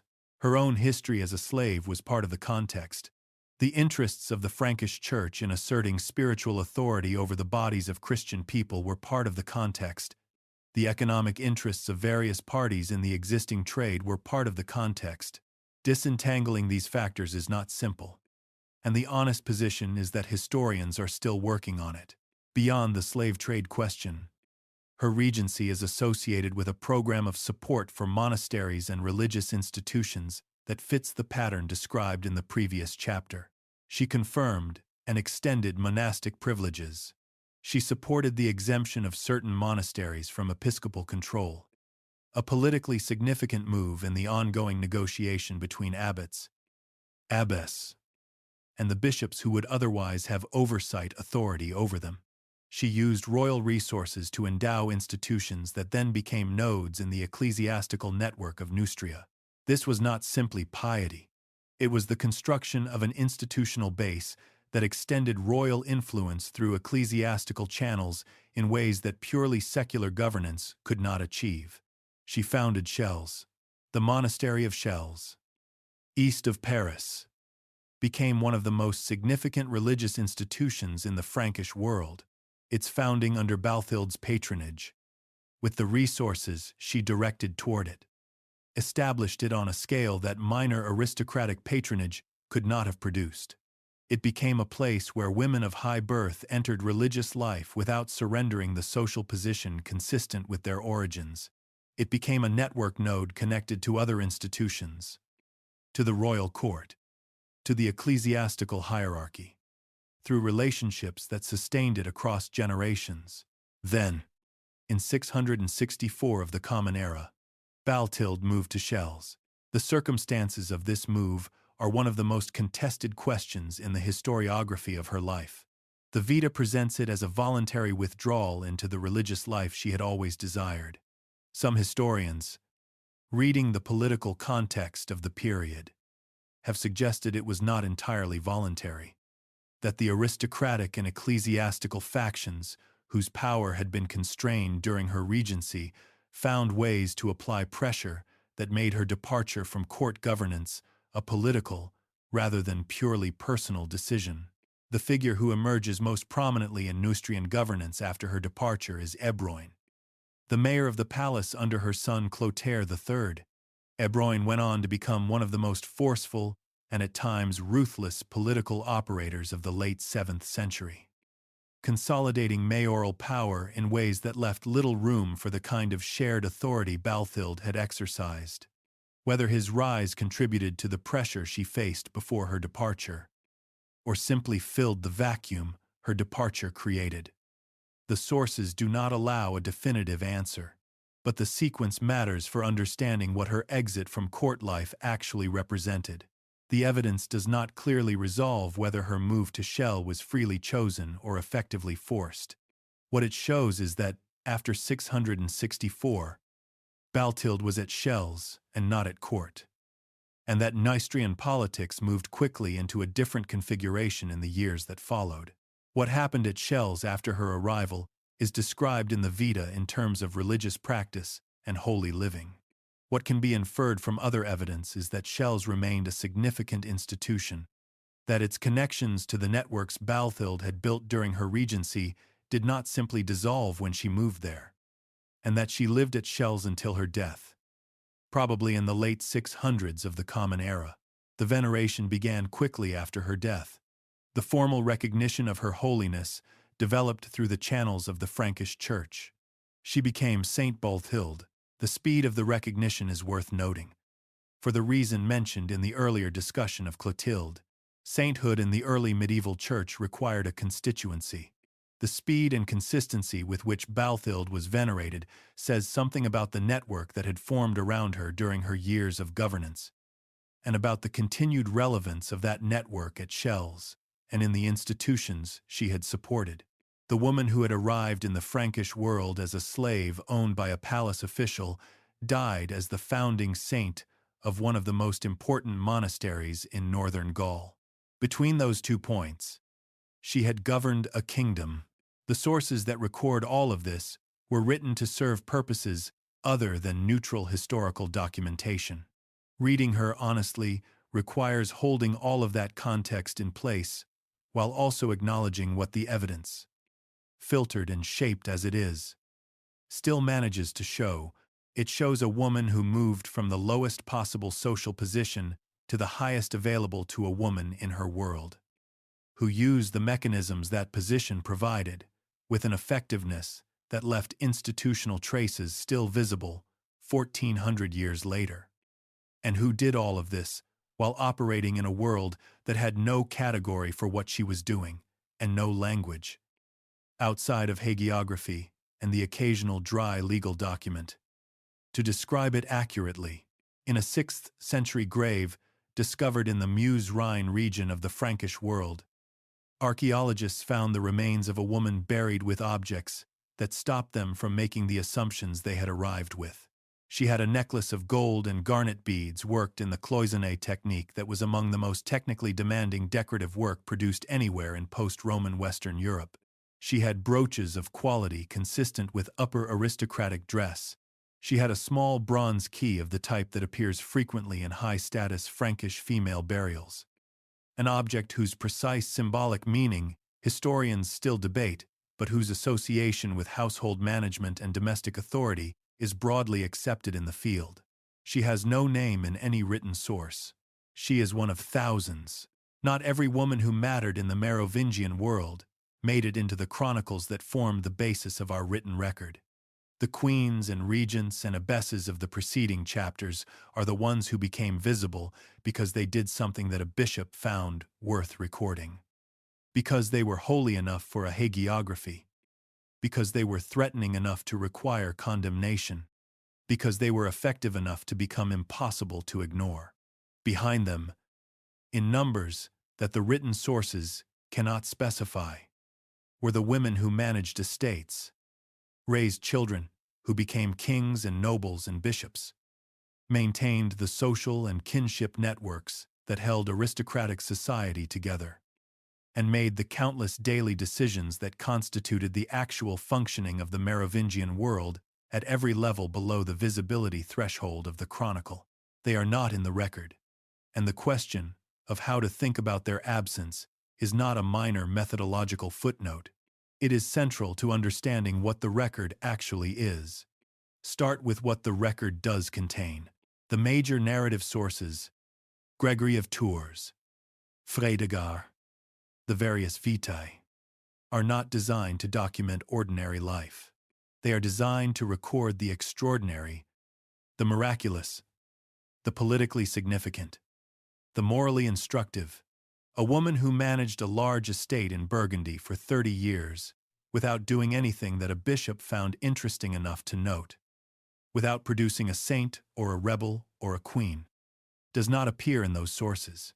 Her absence is not evidence that she did not exist or that what she did not matter. It is evidence about what the sources were for. Legal documents tell a different story.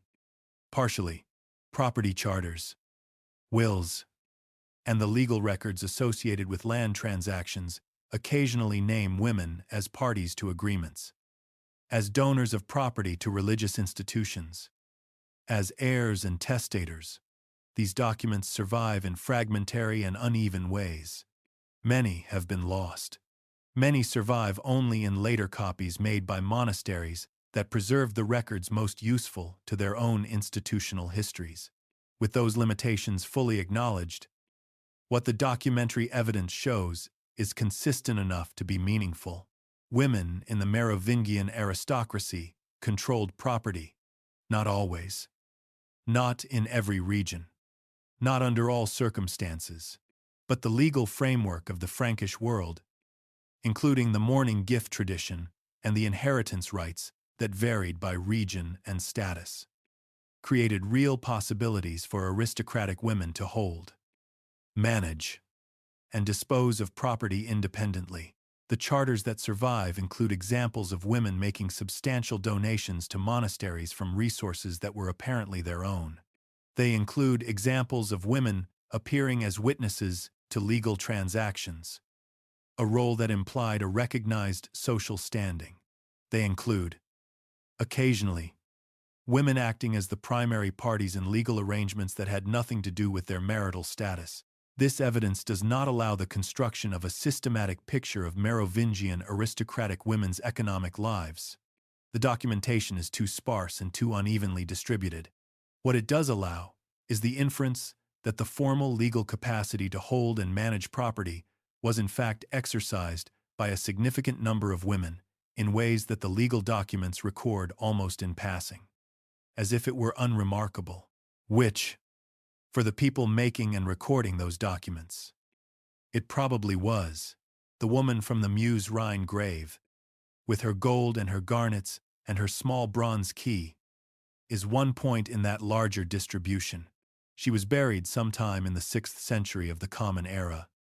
In a world where the queens and regents and abbesses of the preceding chapters were alive and working, she was connected to the same craft networks that produced the jewelry found in high-status burials across the Frankish world. She was part of the same social system. She was somebody in her own community, significant enough that people who cared about her took the time and the resources to mark her death with objects that still carry the trace of her position more than 1,400 years later. Her name did not make it into the record. That is a fact about the record. It is not a fact about her. The legal documents catch her counterparts in glimpses. Women managing property, directing donations, acting as witnesses, conducting transactions the chronicles had no reason to mention. Reading those glimpses alongside the silence of the narrative sources is one of the ways historians begin to see the actual distribution of female agency in this world. Not through what the chronicle tradition chose to spotlight, but through what the documentary tradition recorded without thinking it needed explanation. In 589 of the Common Era, 2 years after Radegund's death, a group of nuns left the monastery of the Holy Cross in Poitiers in what became a prolonged crisis that required a council of bishops to resolve. Their leader was a woman named Clotilde. She was of royal blood. She believed her lineage entitled her to more authority than the institutional arrangements of the community provided. She left. She appealed to Frankish political figures for support. She made accusations against the abbess and the community's leadership that Gregory of Tours records with the particular attention he gives to cases where ecclesiastical order breaks down in conspicuous ways. Gregory is not sympathetic to Clotilde.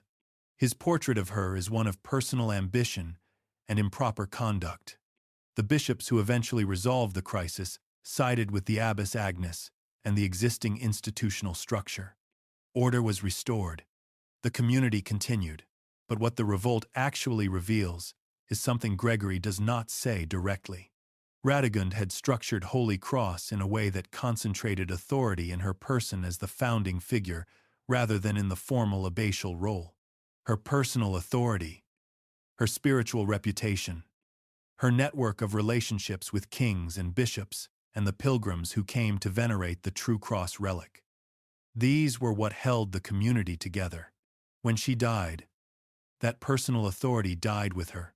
The institutional framework that remained was the normal abbatial structure. And Clotilde disputed that structure on the grounds that it was inadequate to the community Radegund had actually built. The bishops resolved the crisis by asserting episcopal oversight over the community in ways that reduced its independence. Order was restored. But the particular kind of independence Radegund had exercised was not restored with it. This is a pattern that runs through the history of female monasticism in this period. Women who built authority through personal spiritual reputation built something that could not always survive its founder in the form in which she had held it. The institution might survive. The specific character of its independence often did not. That pattern is the subject of this chapter. The Church gave Merovingian women something the secular world could not. It gave them a legal and institutional identity that did not require a husband to exist and could not be dissolved by a husband's death or decision. An abbess held her position through ecclesiastical appointment and the authority of the institution she led. A woman recognized as a holy figure, a foundress, a person of spiritual authority, had a social identity that operated in a register above ordinary secular law. This was the gift. It was real. It was not given freely. And it was not given without conditions. The conditions were embedded in the structure of the Church itself. The Church was a hierarchical institution. Monasteries existed within this hierarchy in an ambiguous position whose precise legal and spiritual definition was a matter of ongoing negotiation throughout the 6th and 7th centuries. A monastery founded by a royal woman, with lands endowed by that woman, operating under a rule that gave the community internal self-governance, could assert a degree of independence from the diocesan bishop that the bishop might find acceptable when the community was small and its resources modest. When the community grew, when its lands became valuable, when its prestige attracted donations and pilgrims and the political attention that came with significant resources, the bishop's interest in asserting oversight authority tended to grow proportionally. The mechanism through which that oversight could be asserted was not simply administrative. It was theological. The same tradition that gave women the possibility of religious authority also provided a vocabulary for questioning that authority when it became inconvenient. The tradition that placed women in the category of spiritual vulnerability, drawing on texts that associated female nature with weakness and susceptibility, could be deployed against any woman whose independence had become threatening. An abbess whose monastery had grown wealthy and influential could find herself described, in the language of episcopal criticism, not as a capable administrator, but as a woman who had exceeded the proper boundaries of her authority, whose independence was itself evidence of spiritual pride, who required the correction and oversight that a properly ordered ecclesiastical institution was designed to provide. The criticism was not always sincere in its theological framing. Across Gregory's history of the Franks, disputes that present themselves as arguments about spiritual order are also, on examination, arguments about who controls the revenue from specific landholdings. The language of proper ecclesiastical governance and the language of property rights were not always easy to distinguish in the Merovingian world. And this was not an accident. The women who navigated this negotiation most successfully were those with resources that went beyond the personal. Balthild's construction of Shells is a useful contrast to Holy Cross in this respect. Shells was endowed with resources substantial enough to give it a strong institutional foundation. Its connections to the royal court, established through Balthild's own regency, gave it a political position that diocesan bishops had to take seriously. Its governance structure was backed by royal charters that carried secular legal force alongside ecclesiastical legitimacy. The result was an institution that maintained its character across generations. Past the deaths of its founders and patrons, past the political changes that altered the landscape of Frankish governance in the late 7th and 8th centuries, Holy Cross survived too, but the independence it retained was shaped by the bishop's intervention of 589 in ways that reduced what Radegund had actually built. The Church's relationship with Merovingian women was not simple enough to be described as either liberation or constraint. It was both, depending on which women, which institutions, which resources, and which bishops were involved. The gift of recognized identity was real. The conditions attached to that gift were also real. The women who navigated both most successfully were those with the resources to use the gift and the political intelligence to manage the conditions. That navigation, repeated across hundreds of communities and thousands of individual lives, was one of the most important forms of political activity in the Merovingian world. It appears in the sources as religious history, as the story of holy women and the institutions they built. In practice, it was also a sustained contest over property, authority, and the boundaries of institutional independence. Both things were true at once. The difference between those two descriptions is itself a measure of how the sources shaped what we see. One well-known Cologne burial assemblage, excavated in the early 20th century of the Common Era, contains the remains of a young woman buried with objects whose quality caused the archaeologists working on it to reconsider what they thought they knew about the 6th century Frankish world. She had a gold pendant necklace set with garnets and glass in the cloisonné technique that was among the most technically demanding decorative work produced anywhere in post-Roman Western Europe. She had earrings of gold and garnet. She had brooches of a quality consistent with royal or near-royal aristocratic dress.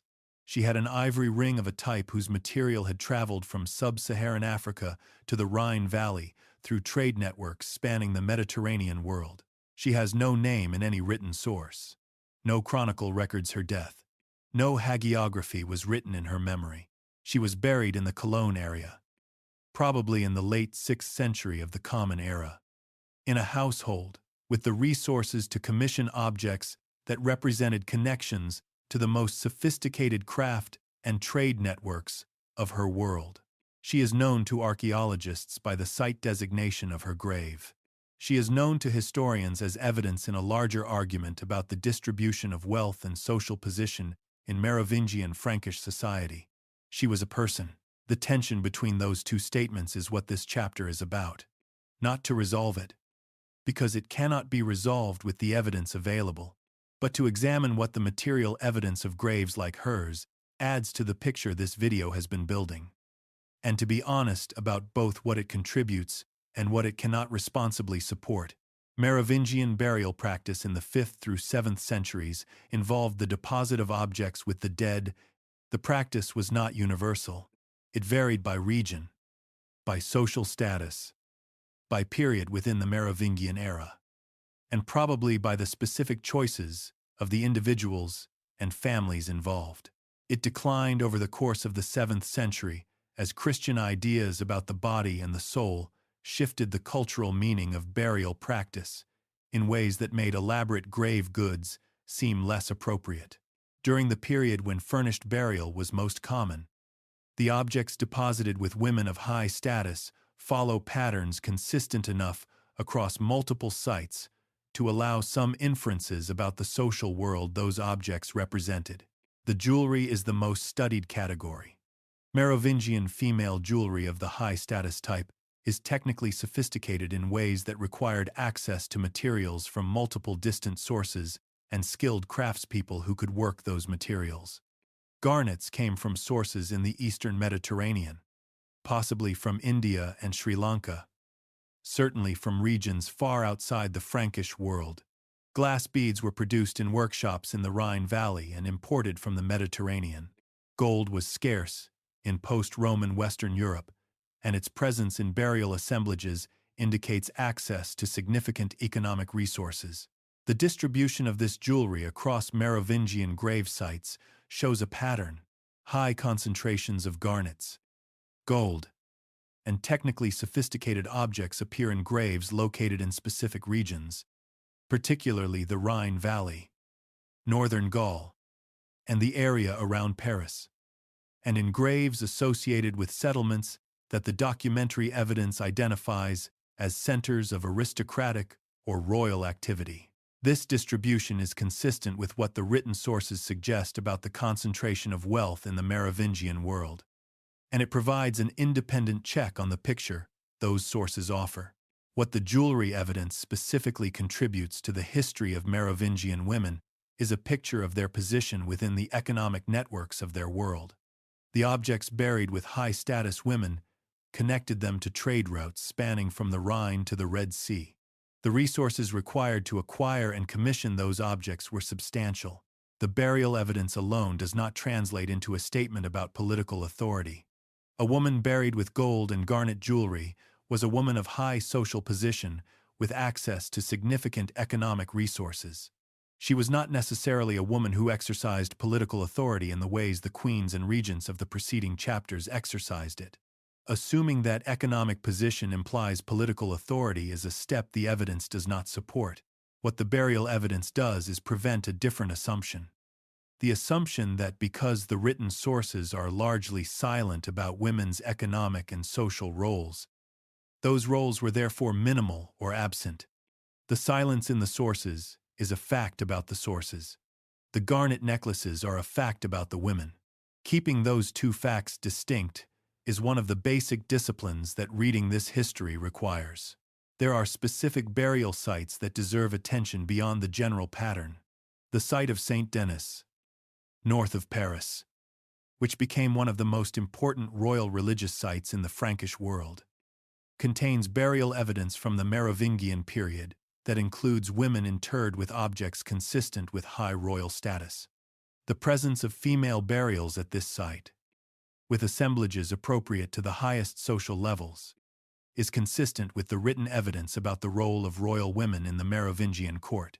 A category of objects in Merovingian female burials that has attracted particular scholarly attention in recent decades is the assemblage of items associated with textile production. Spindle whorls, weaving implements, and the remnants of textiles themselves appear in female burials across a wide range of social levels. Earlier scholarship tended to read these objects straightforwardly as markers of domestic activity. More recent analysis has complicated this picture. Textile production in the Merovingian world was an economic activity of significant scale. High-quality textiles were traded, gifted, and used as markers of social status in ways that gave the people who directed their production a real economic role. The relationship between textile production objects in graves and the economic roles of the women buried with them is a matter of active scholarly discussion rather than settled conclusion. That discussion illustrates the broader challenge of working with material evidence for purposes it was not created to serve. The honest statement about what the grave evidence contributes is this. It shows that women of high social position in the Merovingian world were embedded in economic networks of considerable scale and geographic reach. It shows that the material resources associated with those women were substantial enough to be marked with objects requiring access to the most sophisticated craft and trade systems of the period. The graves prevent us from treating the chronicles' silence on women's economic lives as evidence that those lives lacked substance. What the sources chose not to say, and what the ground preserved, are two different kinds of record. And reading both of them is part of how we approach any honest account of this world. The chronicles give us 6 women, named and documented and complicated and contested. The graves give us the outline of a much larger world in which those 6 women were not anomalies. They were the visible edge of something that extended, at lower visibility, across a significant portion of the Merovingian aristocracy. The unnamed woman from the Cologne area, with her gold and her garnets and her ivory ring, is one point in that larger distribution. She was somebody in her own community, significant enough that people who cared about her took the time and the resources to mark her death with objects that still carry the trace of her position 1,400 years later. Her name did not make it into the record. The graves make clear that the record was not designed to hold it. In the year 1328 of the Common Era, the King of France died without a male heir. Charles IV, the last of the direct Capetian line, left behind a pregnant wife and a kingdom whose succession had suddenly become the most politically consequential question in Western Europe. The candidates with the strongest genealogical claims included Edward III of England, whose claim descended through his mother Isabella, daughter of the French King Philip IV. If female transmission of royal inheritance was accepted as legitimate, Edward had a case. It was not accepted. The French nobility and their legal advisors reached for a document that had been written more than 800 years earlier. In a world so different from 14th century France that its authors would not have recognized the institution their text was being used to govern. They cited the Lex Salica, the Salic law. They argued that its provisions, understood properly, excluded not only women from inheriting the French throne, but excluded transmission of that right through a woman.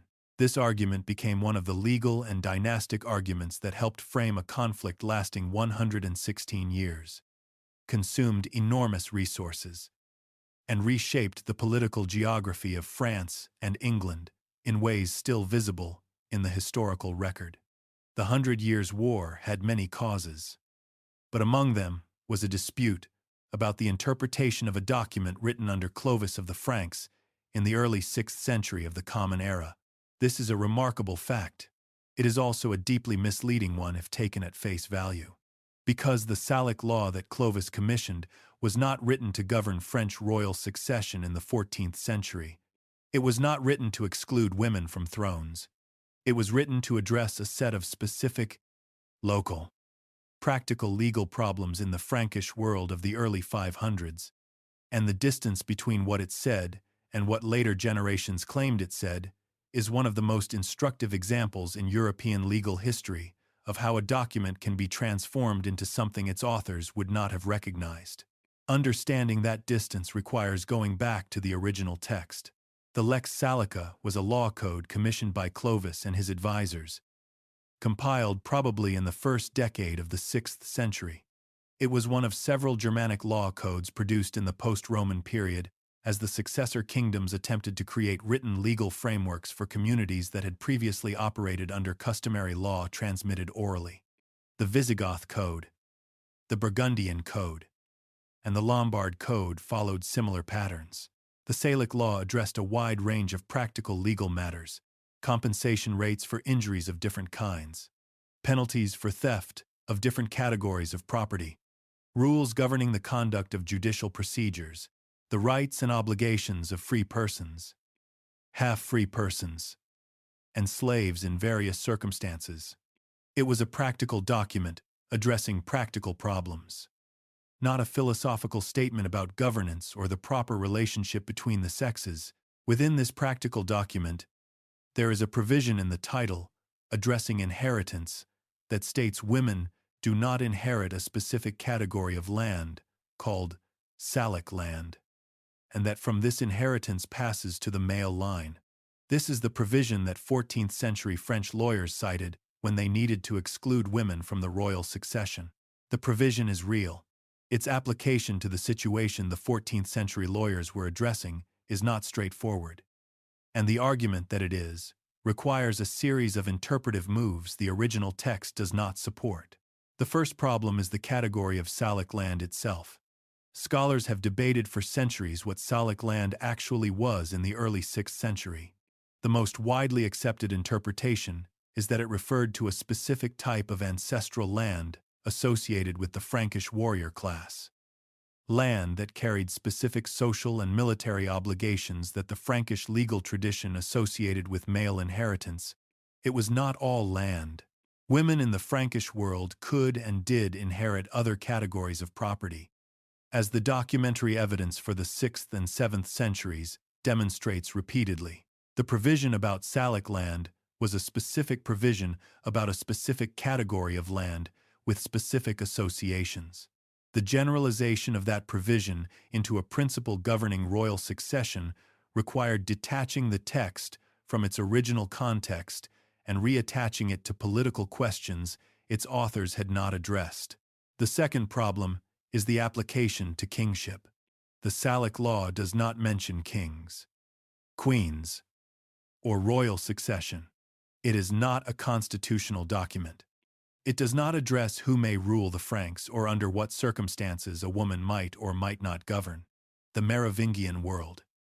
As this video has documented across many chapters, operated in ways that regularly placed women in positions of governance without any apparent sense that this violated the Salic law. Brunhilda governed Austrasia for decades. Fredegund governed Neustria for more than a decade. Balthild governed Neustria as regent for her son. None of these arrangements was challenged on the grounds of the Salic law's inheritance provision.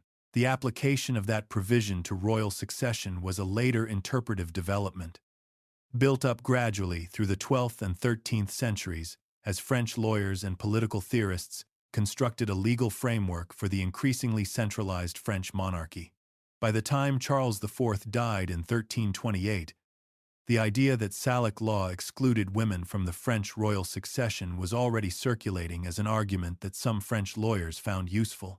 The dynastic crisis of that year gave it political urgency and transformed it from one argument among several into a founding principle of French constitutional practice.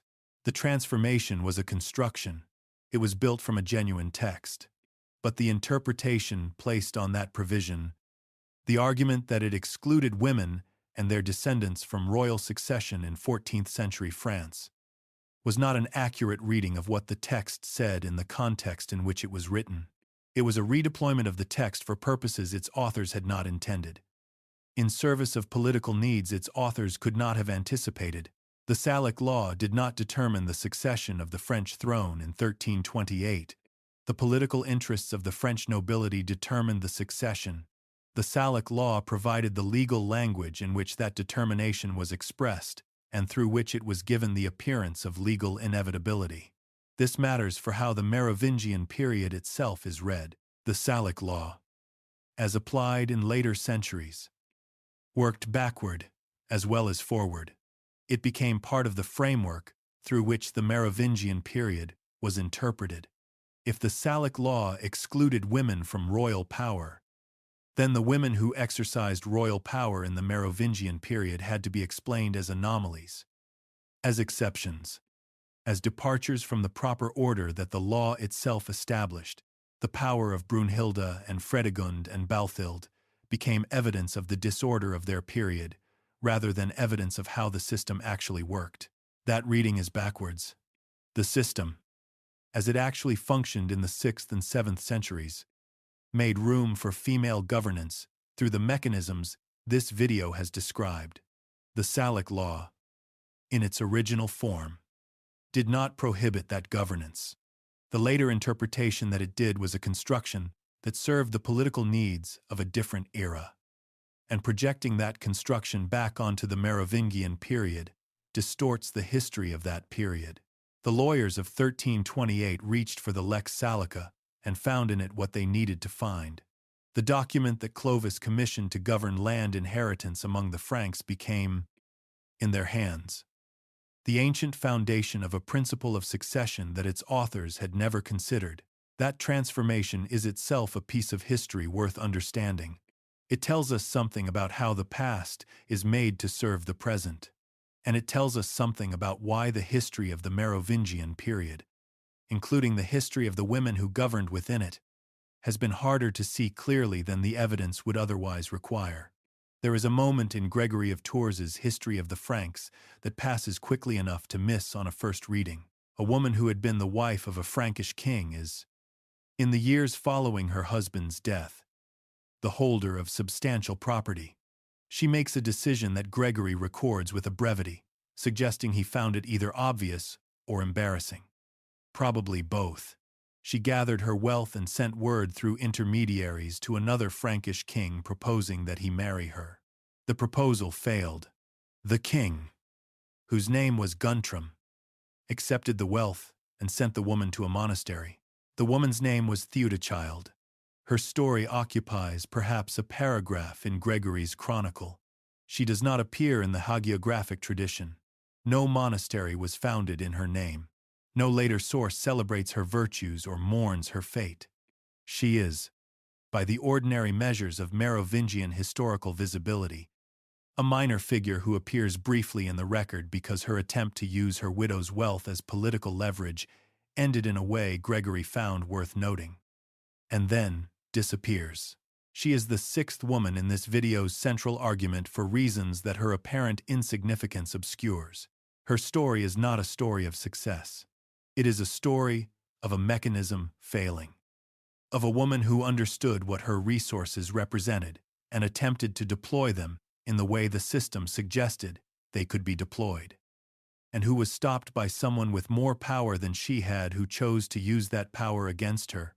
A history of female power in the Merovingian world that consists only of cases where women succeeded would be a selection bias, dressed as a narrative.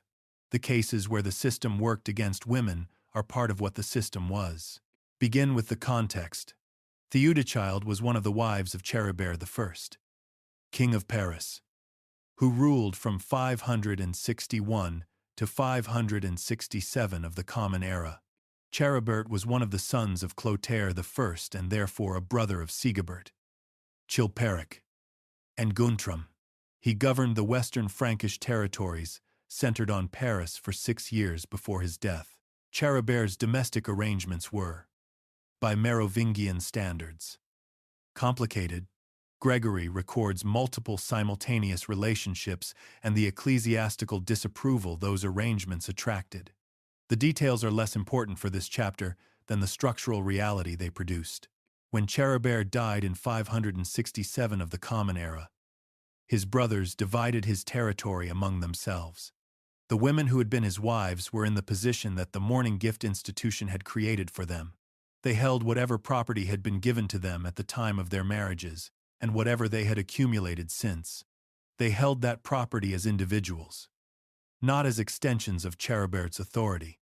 Because Cheribert was dead, they were free women of high status, with real resources, and no longer attached to a living king's court.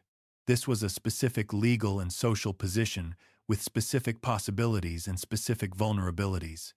The possibilities came from the property itself. A Frankish widow of aristocratic or royal background, who held substantial land and revenues, was a person of real economic weight. She could endow religious institutions. She could maintain a household. She could sustain the kind of social position that went with significant land ownership. The vulnerability came from the same source: substantial property, held by a woman without the political protection of a powerful male connection. Attracted powerful men who wanted it. The mechanisms available for acquiring that property were various.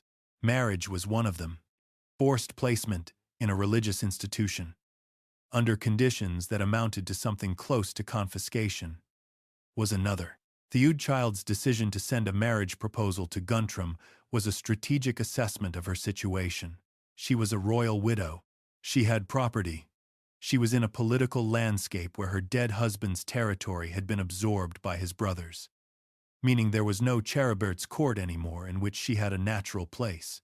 The ecclesiastical option that Radegund had used, converting her position into a religious institutional base, required the kind of resources and ecclesiastical connections that Radegund had built over years. Theudchild. In the immediate aftermath of Cheribert's death, in a political landscape that had just reorganized itself around her, he was working with different options on a different timeline. Marrying one of the remaining kings was the most direct available path to a stable position. Her mourning gift made her an attractive candidate in practical terms. Her royal background gave her a social position consistent with a royal marriage. Her property was real and substantial. A king who married her would acquire both a politically connected wife and a significant transfer of resources. Guntram was the logical choice, sending a marriage proposal to him through intermediaries, with the wealth she controlled, as both an inducement and a demonstration of her resources, was a reasonable application of the mourning gift logic to the widow's situation. Guntram's response was to take the wealth and send her to a monastery. Gregory records this without extensive commentary. He does not describe it as an injustice. He does not describe it as a violation of any norm he recognized as binding. In his framework, the disposal of a widow's property by a more powerful male figure, particularly when accompanied by placement in a religious institution, was not self-evidently wrong. The mourning gift tradition existed specifically to give women independent economic resources. Guntram's acceptance of the property without fulfilling the arrangement that the property was offered to create was, in the terms of the institution itself, a repudiation of what the institution was supposed to provide. Gregory records the transaction and moves on. The legal framework that should have protected Theudchild's property gave her no practical recourse against a king who simply decided not to honor it. The 5 women discussed in the preceding chapters used the mechanisms of Merovingian female power with varying degrees of success. Clotilde built ecclesiastical networks that outlasted her by centuries. Radegund created an institutional base that protected her for the rest of her life. Fredegund governed a kingdom. Brunhilda governed 4 reigns. Balthild moved from slavery to regency to sainthood. Theudchild's case shows the mechanism failing, and that failure illuminates something about the mechanism that the success stories cannot show as clearly. The mourning gift gave women property. It did not give them the political protection to defend that property against a more powerful figure who decided to take it. Radegund had the protection of ecclesiastical status. Brunhilda had the protection of a network built across decades. Balthild had the protection of royal charters and the institutional weight of the foundations she had built during her regency. These protections were real. They were also consequences of specific choices made over long periods of time. Theudechilde did not have those protections assembled. She had her property and her royal background and a political landscape that had just reorganized itself in ways that left her without the institutional or political connections that would have made her position defensible. She tried to convert her resources into a connection that would provide that protection. The attempt failed because the man she approached was more powerful than she was and had no incentive to respect the terms of the arrangement she was proposing. The morning gift created possibilities. It did not create guarantees. Her fate in the monastery to which Guntram sent her is not recorded in any detail. Gregory does not tell us what she did there, what she thought about what had happened to her, what became of the property Guntram had taken. She disappears from the record at the point of the monastery's door, as completely as if she had never been in it. The cases that made it into the chronicle record are the cases that required attention, that were dramatic enough or politically significant enough that Gregory found them worth recording. Theudechilde's attempt failed quietly enough that he could record it in a paragraph and move on. The 6 women of this video's central argument are not a selection of the most successful or the most admirable or the most politically significant women of the Merovingian period. They are 6 cases that together illustrate the full range of what the mechanisms of female power in that world could produce: success and failure, long careers and abrupt endings, women who built institutions that outlasted them, and women who were themselves absorbed by institutions as the solution to a political inconvenience. The system created possibilities. The possibilities were real. They were also bounded by the power relationships of the specific world in which they operated, bounded in ways that no individual's capability or strategy could always overcome. The paragraph in Gregory of Tours and the monastery door that closed behind her are both part of the history. In his Life of Charlemagne, written in the early 9th century of the Common Era, Einhard describes the last Merovingian kings in terms that have shaped how the dynasty has been characterized in European historical writing ever since. He describes kings who had nothing left but the title, who rode in ox carts to the rare public assemblies where their presence was required, drawn by animals rather than carried in the manner of rulers with real authority, who had no resources, no genuine power, and nothing to contribute to the governance of the kingdom, kings in name alone, while the mayors of the palace held the actual substance of authority. The image is vivid. It has been repeated, with variations, in almost every account of the Merovingian dynasty's end, from Einhard's time to the present. The image was produced by a man who served Charlemagne and who had every professional reason to present the dynasty his master had replaced in terms that made that replacement appear necessary rather than merely successful. This matters for a video about Merovingian queens because the Carolingian rewriting of Merovingian history did not simply affect how the last kings were remembered. It affected how the entire dynasty was characterized, including the women who had governed within it. Begin with what the Carolingians needed the Merovingian past to be. They needed it to be a period of decline. They needed the later Merovingian kings to be the kind of rulers whose removal served the Frankish people rather than harming them. They needed the transfer of royal authority to the Carolingian family, accomplished when Pepin the Short deposed the last Merovingian king, Childeric III, in 751 of the Common Era with the backing of the papacy. To look like the natural resolution of a long deterioration rather than a straightforward seizure of power by the most successful political operators of their generation. Constructing this story required not simply inventing falsehoods, though some invention occurred. It required selecting, emphasizing, and arranging genuine facts in ways that supported the narrative. The later Merovingian kings were, in many cases, genuinely young and genuinely dependent on the advice of their court officials. These facts were real. What the Carolingian narrative did with them was expand a genuine feature of late Merovingian governance into a comprehensive characterization of the entire dynasty and its legacy. This expansion helped make invisible the evidence of effective Merovingian governance that did not fit the narrative, and effective Merovingian governance had been exercised, repeatedly and demonstrably.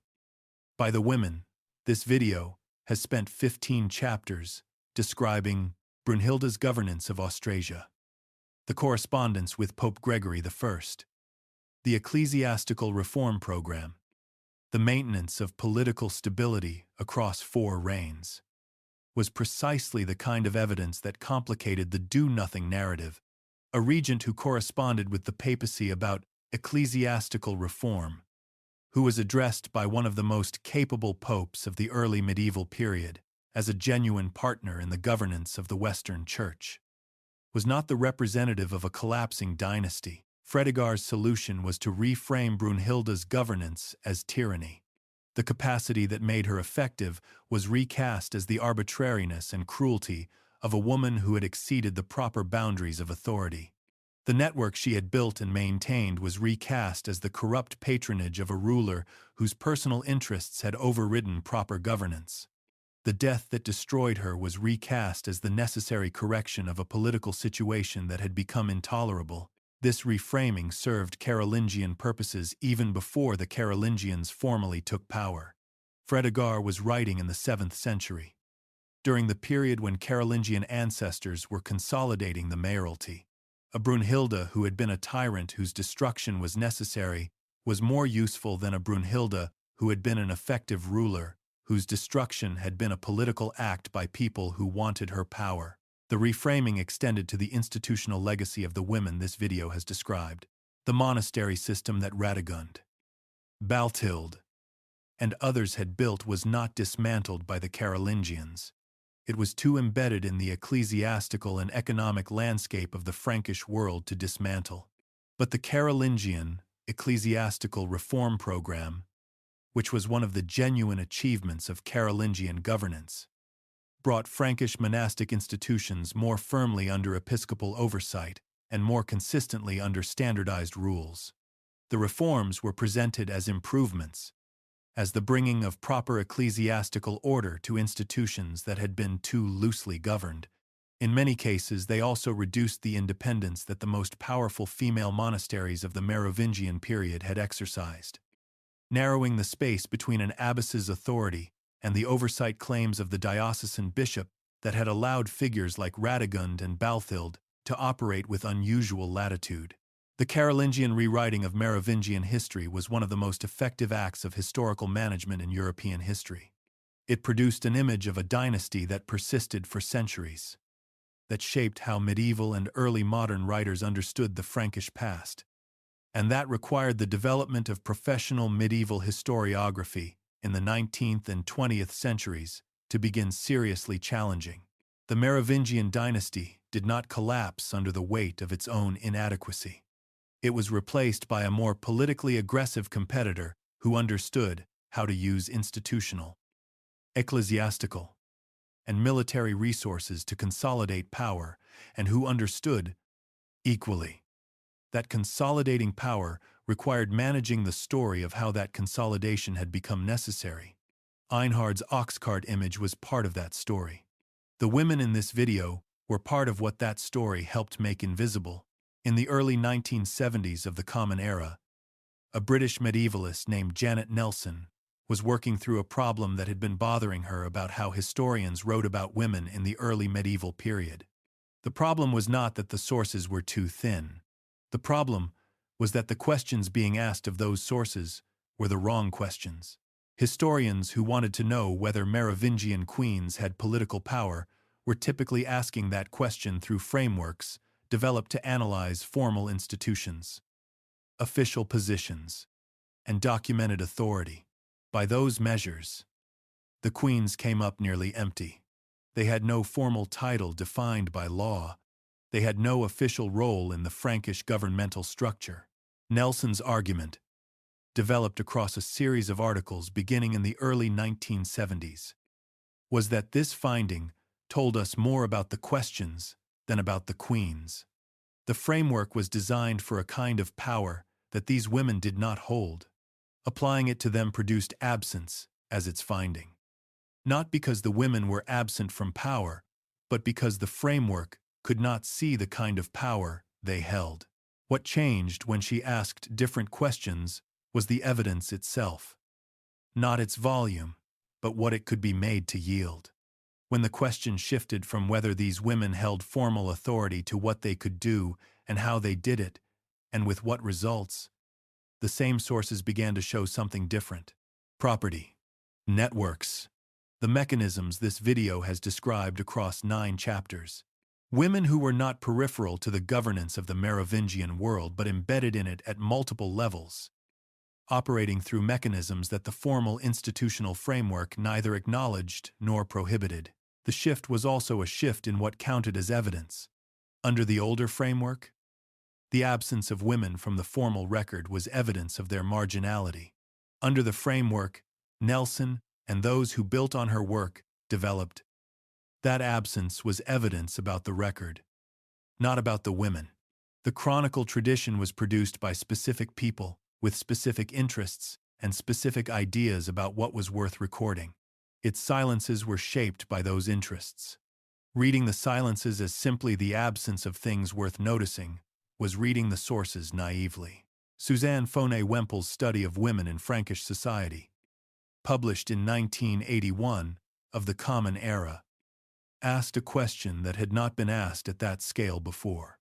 What changed between the Merovingian and Carolingian periods for women who held property, who directed monasteries, who exercised influence within aristocratic households? The answer she found, drawn from legal documents, hagiographic sources, archaeological evidence, and narrative chronicles across both periods, was that something had in fact changed, that the Merovingian period appeared as one in which women of the aristocratic class had access to real resources and real mechanisms of influence, that the Carolingian period in many cases subsequently reduced. Her work built on Nelson's methodological reorientation and extended it across a broader evidence base, showing that the question of female power in this period could not be answered by looking at queens alone. Patrick Geary then contributed a different dimension, where Nelson had asked what questions would unlock the sources, and Wempel had widened the scope of the inquiry. Geary's work on Merovingian history and historical memory addressed the problem of the sources themselves from a different angle entirely. His analysis showed how the Carolingians had actively shaped the way the Merovingian past was recorded and transmitted, which meant that the specific women whose governance was most effective were precisely the ones the sources had most reason to minimize or misrepresent. Together, these 3 lines of work created something more than the sum of their parts, a way of reading the sources that accounted for how they had been made, not just what they said. By the 1980s and 90s, the scholarly landscape for the study of Merovingian women was substantially different from what it had been 2 decades earlier.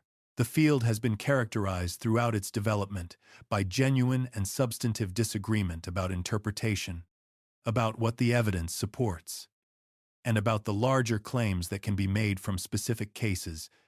The question of how much effective political authority Brunhilda exercised, through what mechanisms, and with what results, remains an active area of discussion.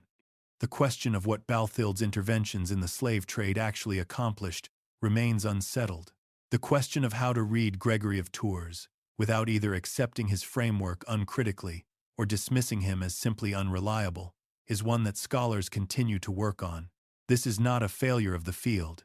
It is the field working as historical scholarship works. What has changed since Nelson's early work and the scholarship that followed is the range of questions the discussion addresses. It is no longer possible to write a serious account of Merovingian political history that simply omits the women, because the formal institutional record does not prominently feature them. 34. A.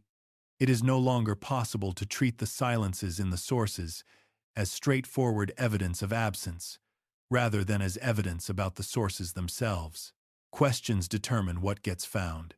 Different questions find different things in the same evidence.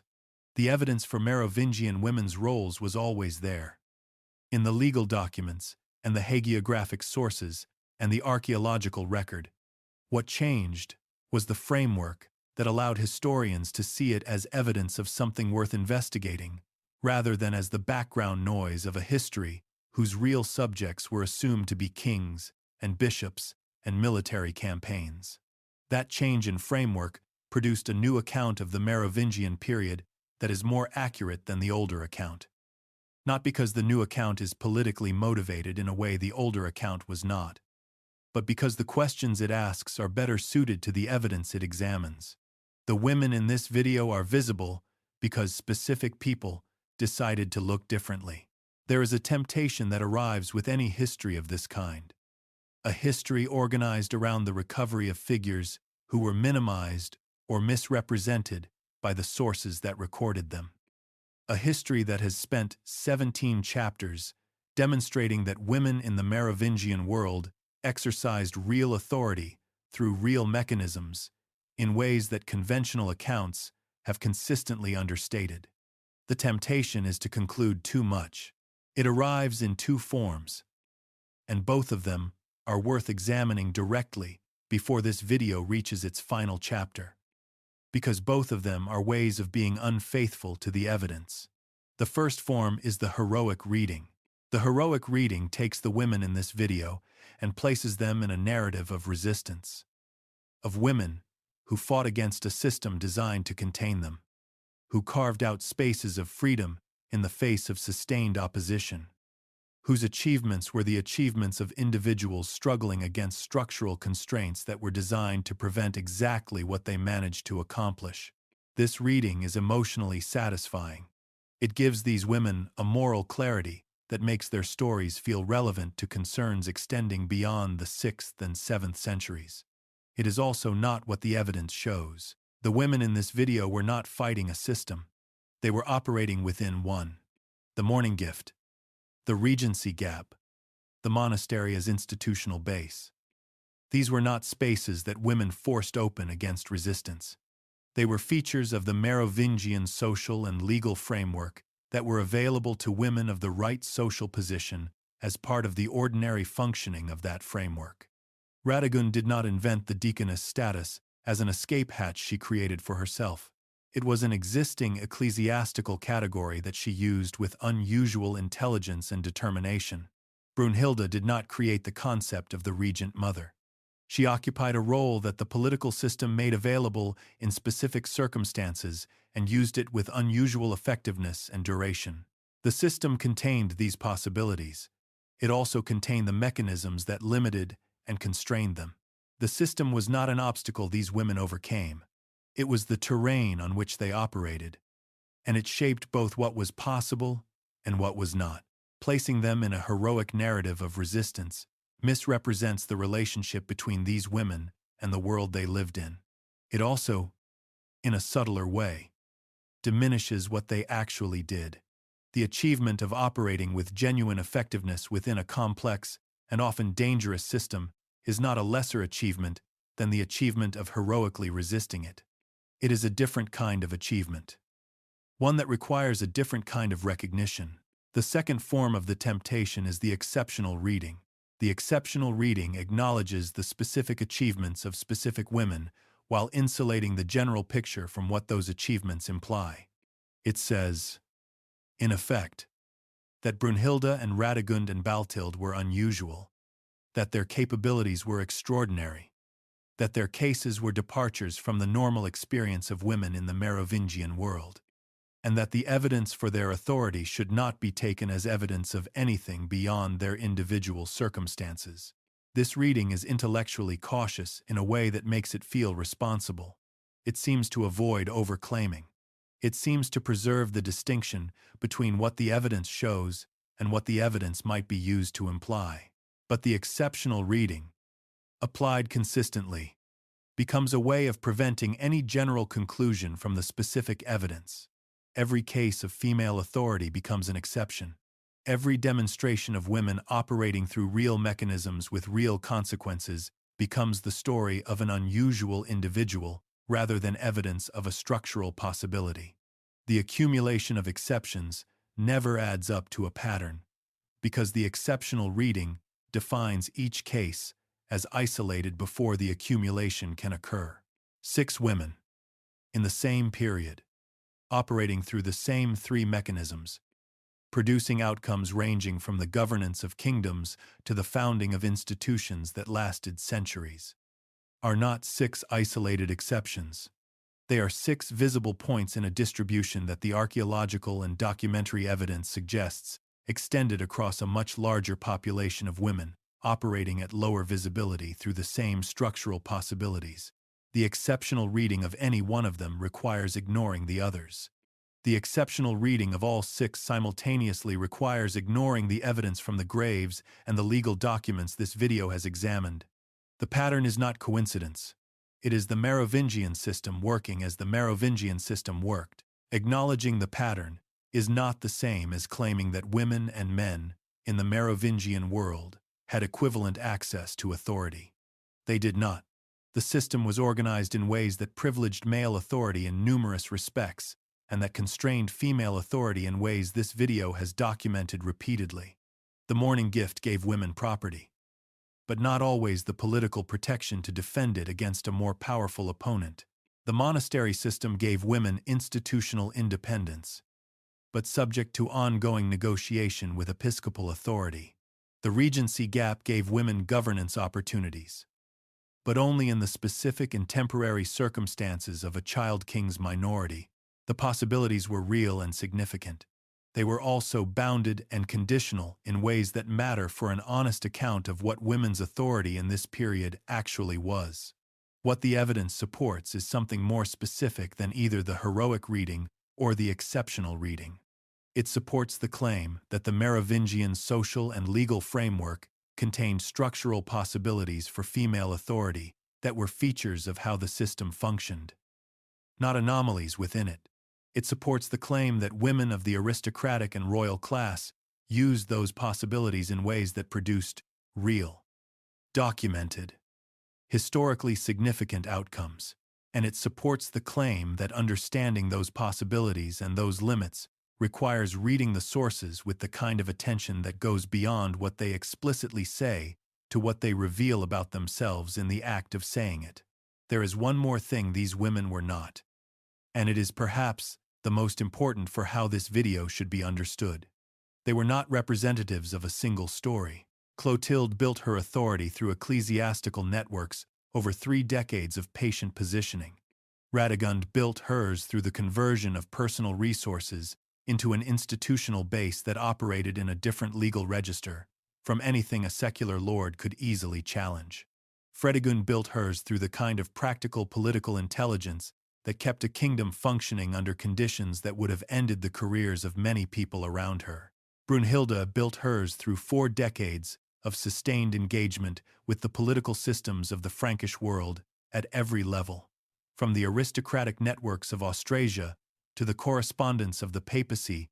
Balthild built hers through a trajectory so unlikely that the sources have never quite decided how to account for it. Fredegund attempted to build hers through the conversion of widows' property into a new political connection, and was stopped. 6 women. 6 different mechanisms emphasized. 6 different outcomes. 6 different relationships to the system that shaped and constrained and occasionally enabled what they could do. What makes them worth examining together is not that they were all the same kind of figure, but that they were all operating in the same world, using the same basic set of structural possibilities, and producing outcomes that together illuminate something about how that world worked that no single case could illuminate alone. The illumination is not complete. The evidence is not comprehensive. The gaps in the record are large and in some cases permanent. But the illumination is real, and it changes the picture of the Merovingian world in ways that matter. Not because those women were heroes or exceptions, or representatives of a single narrative, but because they were people who operated in a specific world with specific mechanisms and produced specific outcomes. And those outcomes are part of what that world actually was. 6 women. Clotilde, who arrived at a pagan king's court as a Catholic bride and spent the following 4 decades within the ecclesiastical networks that helped sustain the transformation her husband's conversion had set in motion. Radegund, who was brought to the Frankish world as a prisoner of war, and left it as the founder of an institution that outlasted everything around her, on terms she had constructed herself, against the opposition of a king who could not figure out how to stop her, Fredegund, who arrived at court with no lineage and no title, and governed a kingdom for more than a decade after the king she had attached herself to was dead, leaving behind a son who eventually ruled all the Franks, Brunhilda, who came from Spain as a bride and stayed as a political force for 40 years, corresponding with popes, managing aristocracies, governing in 4 successive reigns, until the effort required to destroy her was so large that it left its own kind of testimony to what she had been, Balthild, who arrived in the Frankish world as property and left it as a saint, having governed a kingdom and founded an institution and made decisions that the documentary record is still sorting through 1400 years later. Radegund, who tried to use the resources the system had given her to secure a stable position and was stopped by someone who had more power and no incentive to honor the terms she was proposing. 6 mechanisms. 6 outcomes. 1 world. The mechanisms were not guaranteed. The outcomes ranged from institutions that lasted centuries to a paragraph in a chronicle and a monastery door. What held all 6 cases together was not a common level of success or a common kind of authority. What held them together was the system itself. The Merovingian social and legal framework contained specific structural possibilities for women of the aristocratic and royal class. Those possibilities were real. They were used. They produced outcomes that are visible in the historical record, despite the sustained efforts of the sources that recorded them to minimize, misrepresent, or simply ignore what women were actually doing. And then the system changed, not dramatically, not all at once.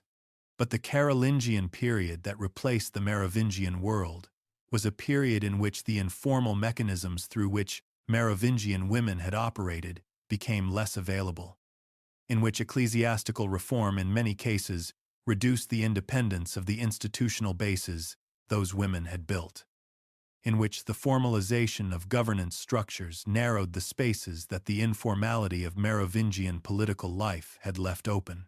The erasure was not total. The institutions survived. The documentary record survived in fragments. The archaeological evidence survived in graves. The hagiographic tradition survived and preserved. Within its distortions, the outlines of lives that would otherwise be invisible. But the narrative that the Carolingians built was effective enough that it shaped how the Merovingian period was understood for more than 1,000 years. The women who had been central to the governance of that period became, in the Carolingian account and in the long tradition that inherited it, marginal figures, anomalies, evidence of disorder rather than evidence of capability. The modern scholarship that has worked to correct this account has not finished its work. The debates about specific women and specific claims are ongoing. The evidence is incomplete and will remain so. But the scholarship has established something important enough to state directly. The Merovingian period was not a period in which women were absent from governance. It was a period in which women governed through specific mechanisms that the formal institutional record was not designed to document. The evidence for their governance is real. It is distributed across the narrative sources, the legal documents, the hagiographic texts, and the material record of the graves. It requires a specific kind of reading to find. But it is there. Finding it changes the picture, not by adding a few notable women to a history that was otherwise complete, but by revealing a dimension of how the Merovingian world actually functioned that the conventional account had been missing. Every historical record was made by specific people with specific purposes and specific ideas about what mattered enough to write down. Every record reflects those purposes and those ideas as much as it reflects the reality it claims to document. The gaps in the record are not neutral absences. They are the places where the purposes of the record makers and the reality of what was happening failed to align. Reading those gaps, not by filling them with what we want to believe, but by understanding their shape, by asking whose interests were served by the silence, by attending to the places where the sources are most insistent and most repetitive about what women were not doing, is one of the most important skills historical thinking requires. The 6 women in this video are what becomes visible when the sources are read against themselves rather than simply through them. When the gaps are treated as evidence rather than as absence. When the question asked is not what the sources say but what the sources reveal about themselves in the act of saying it. The unnamed woman from the Meuse Rhine grave, with her garnets and her gilded brooches and her small bronze key, did not make it into the chronicle record. Clotilde made it into 1 paragraph. Fredegund made it into decades of sustained condemnation. Brunhilda made it into the correspondence of a pope and the extreme performance of her own destruction. The distribution of visibility in the record reflects what the record was made to show, not the distribution of what was actually there. What was actually there was larger, more various, and more interesting than the record was designed to reveal. The Merovingian queens did not survive in the record because the record wanted to preserve them. They survived, despite it. In the gaps, the Carolingians did not quite close. In the grave assemblages that no chronicle thought worth describing, in the legal documents that named women as parties to transactions whose significance no one at the time considered worth explaining, in the hagiographic texts that tried to make them saints and ended up also making them visible. The gap in the record is the record, and the women who lived in that gap were there.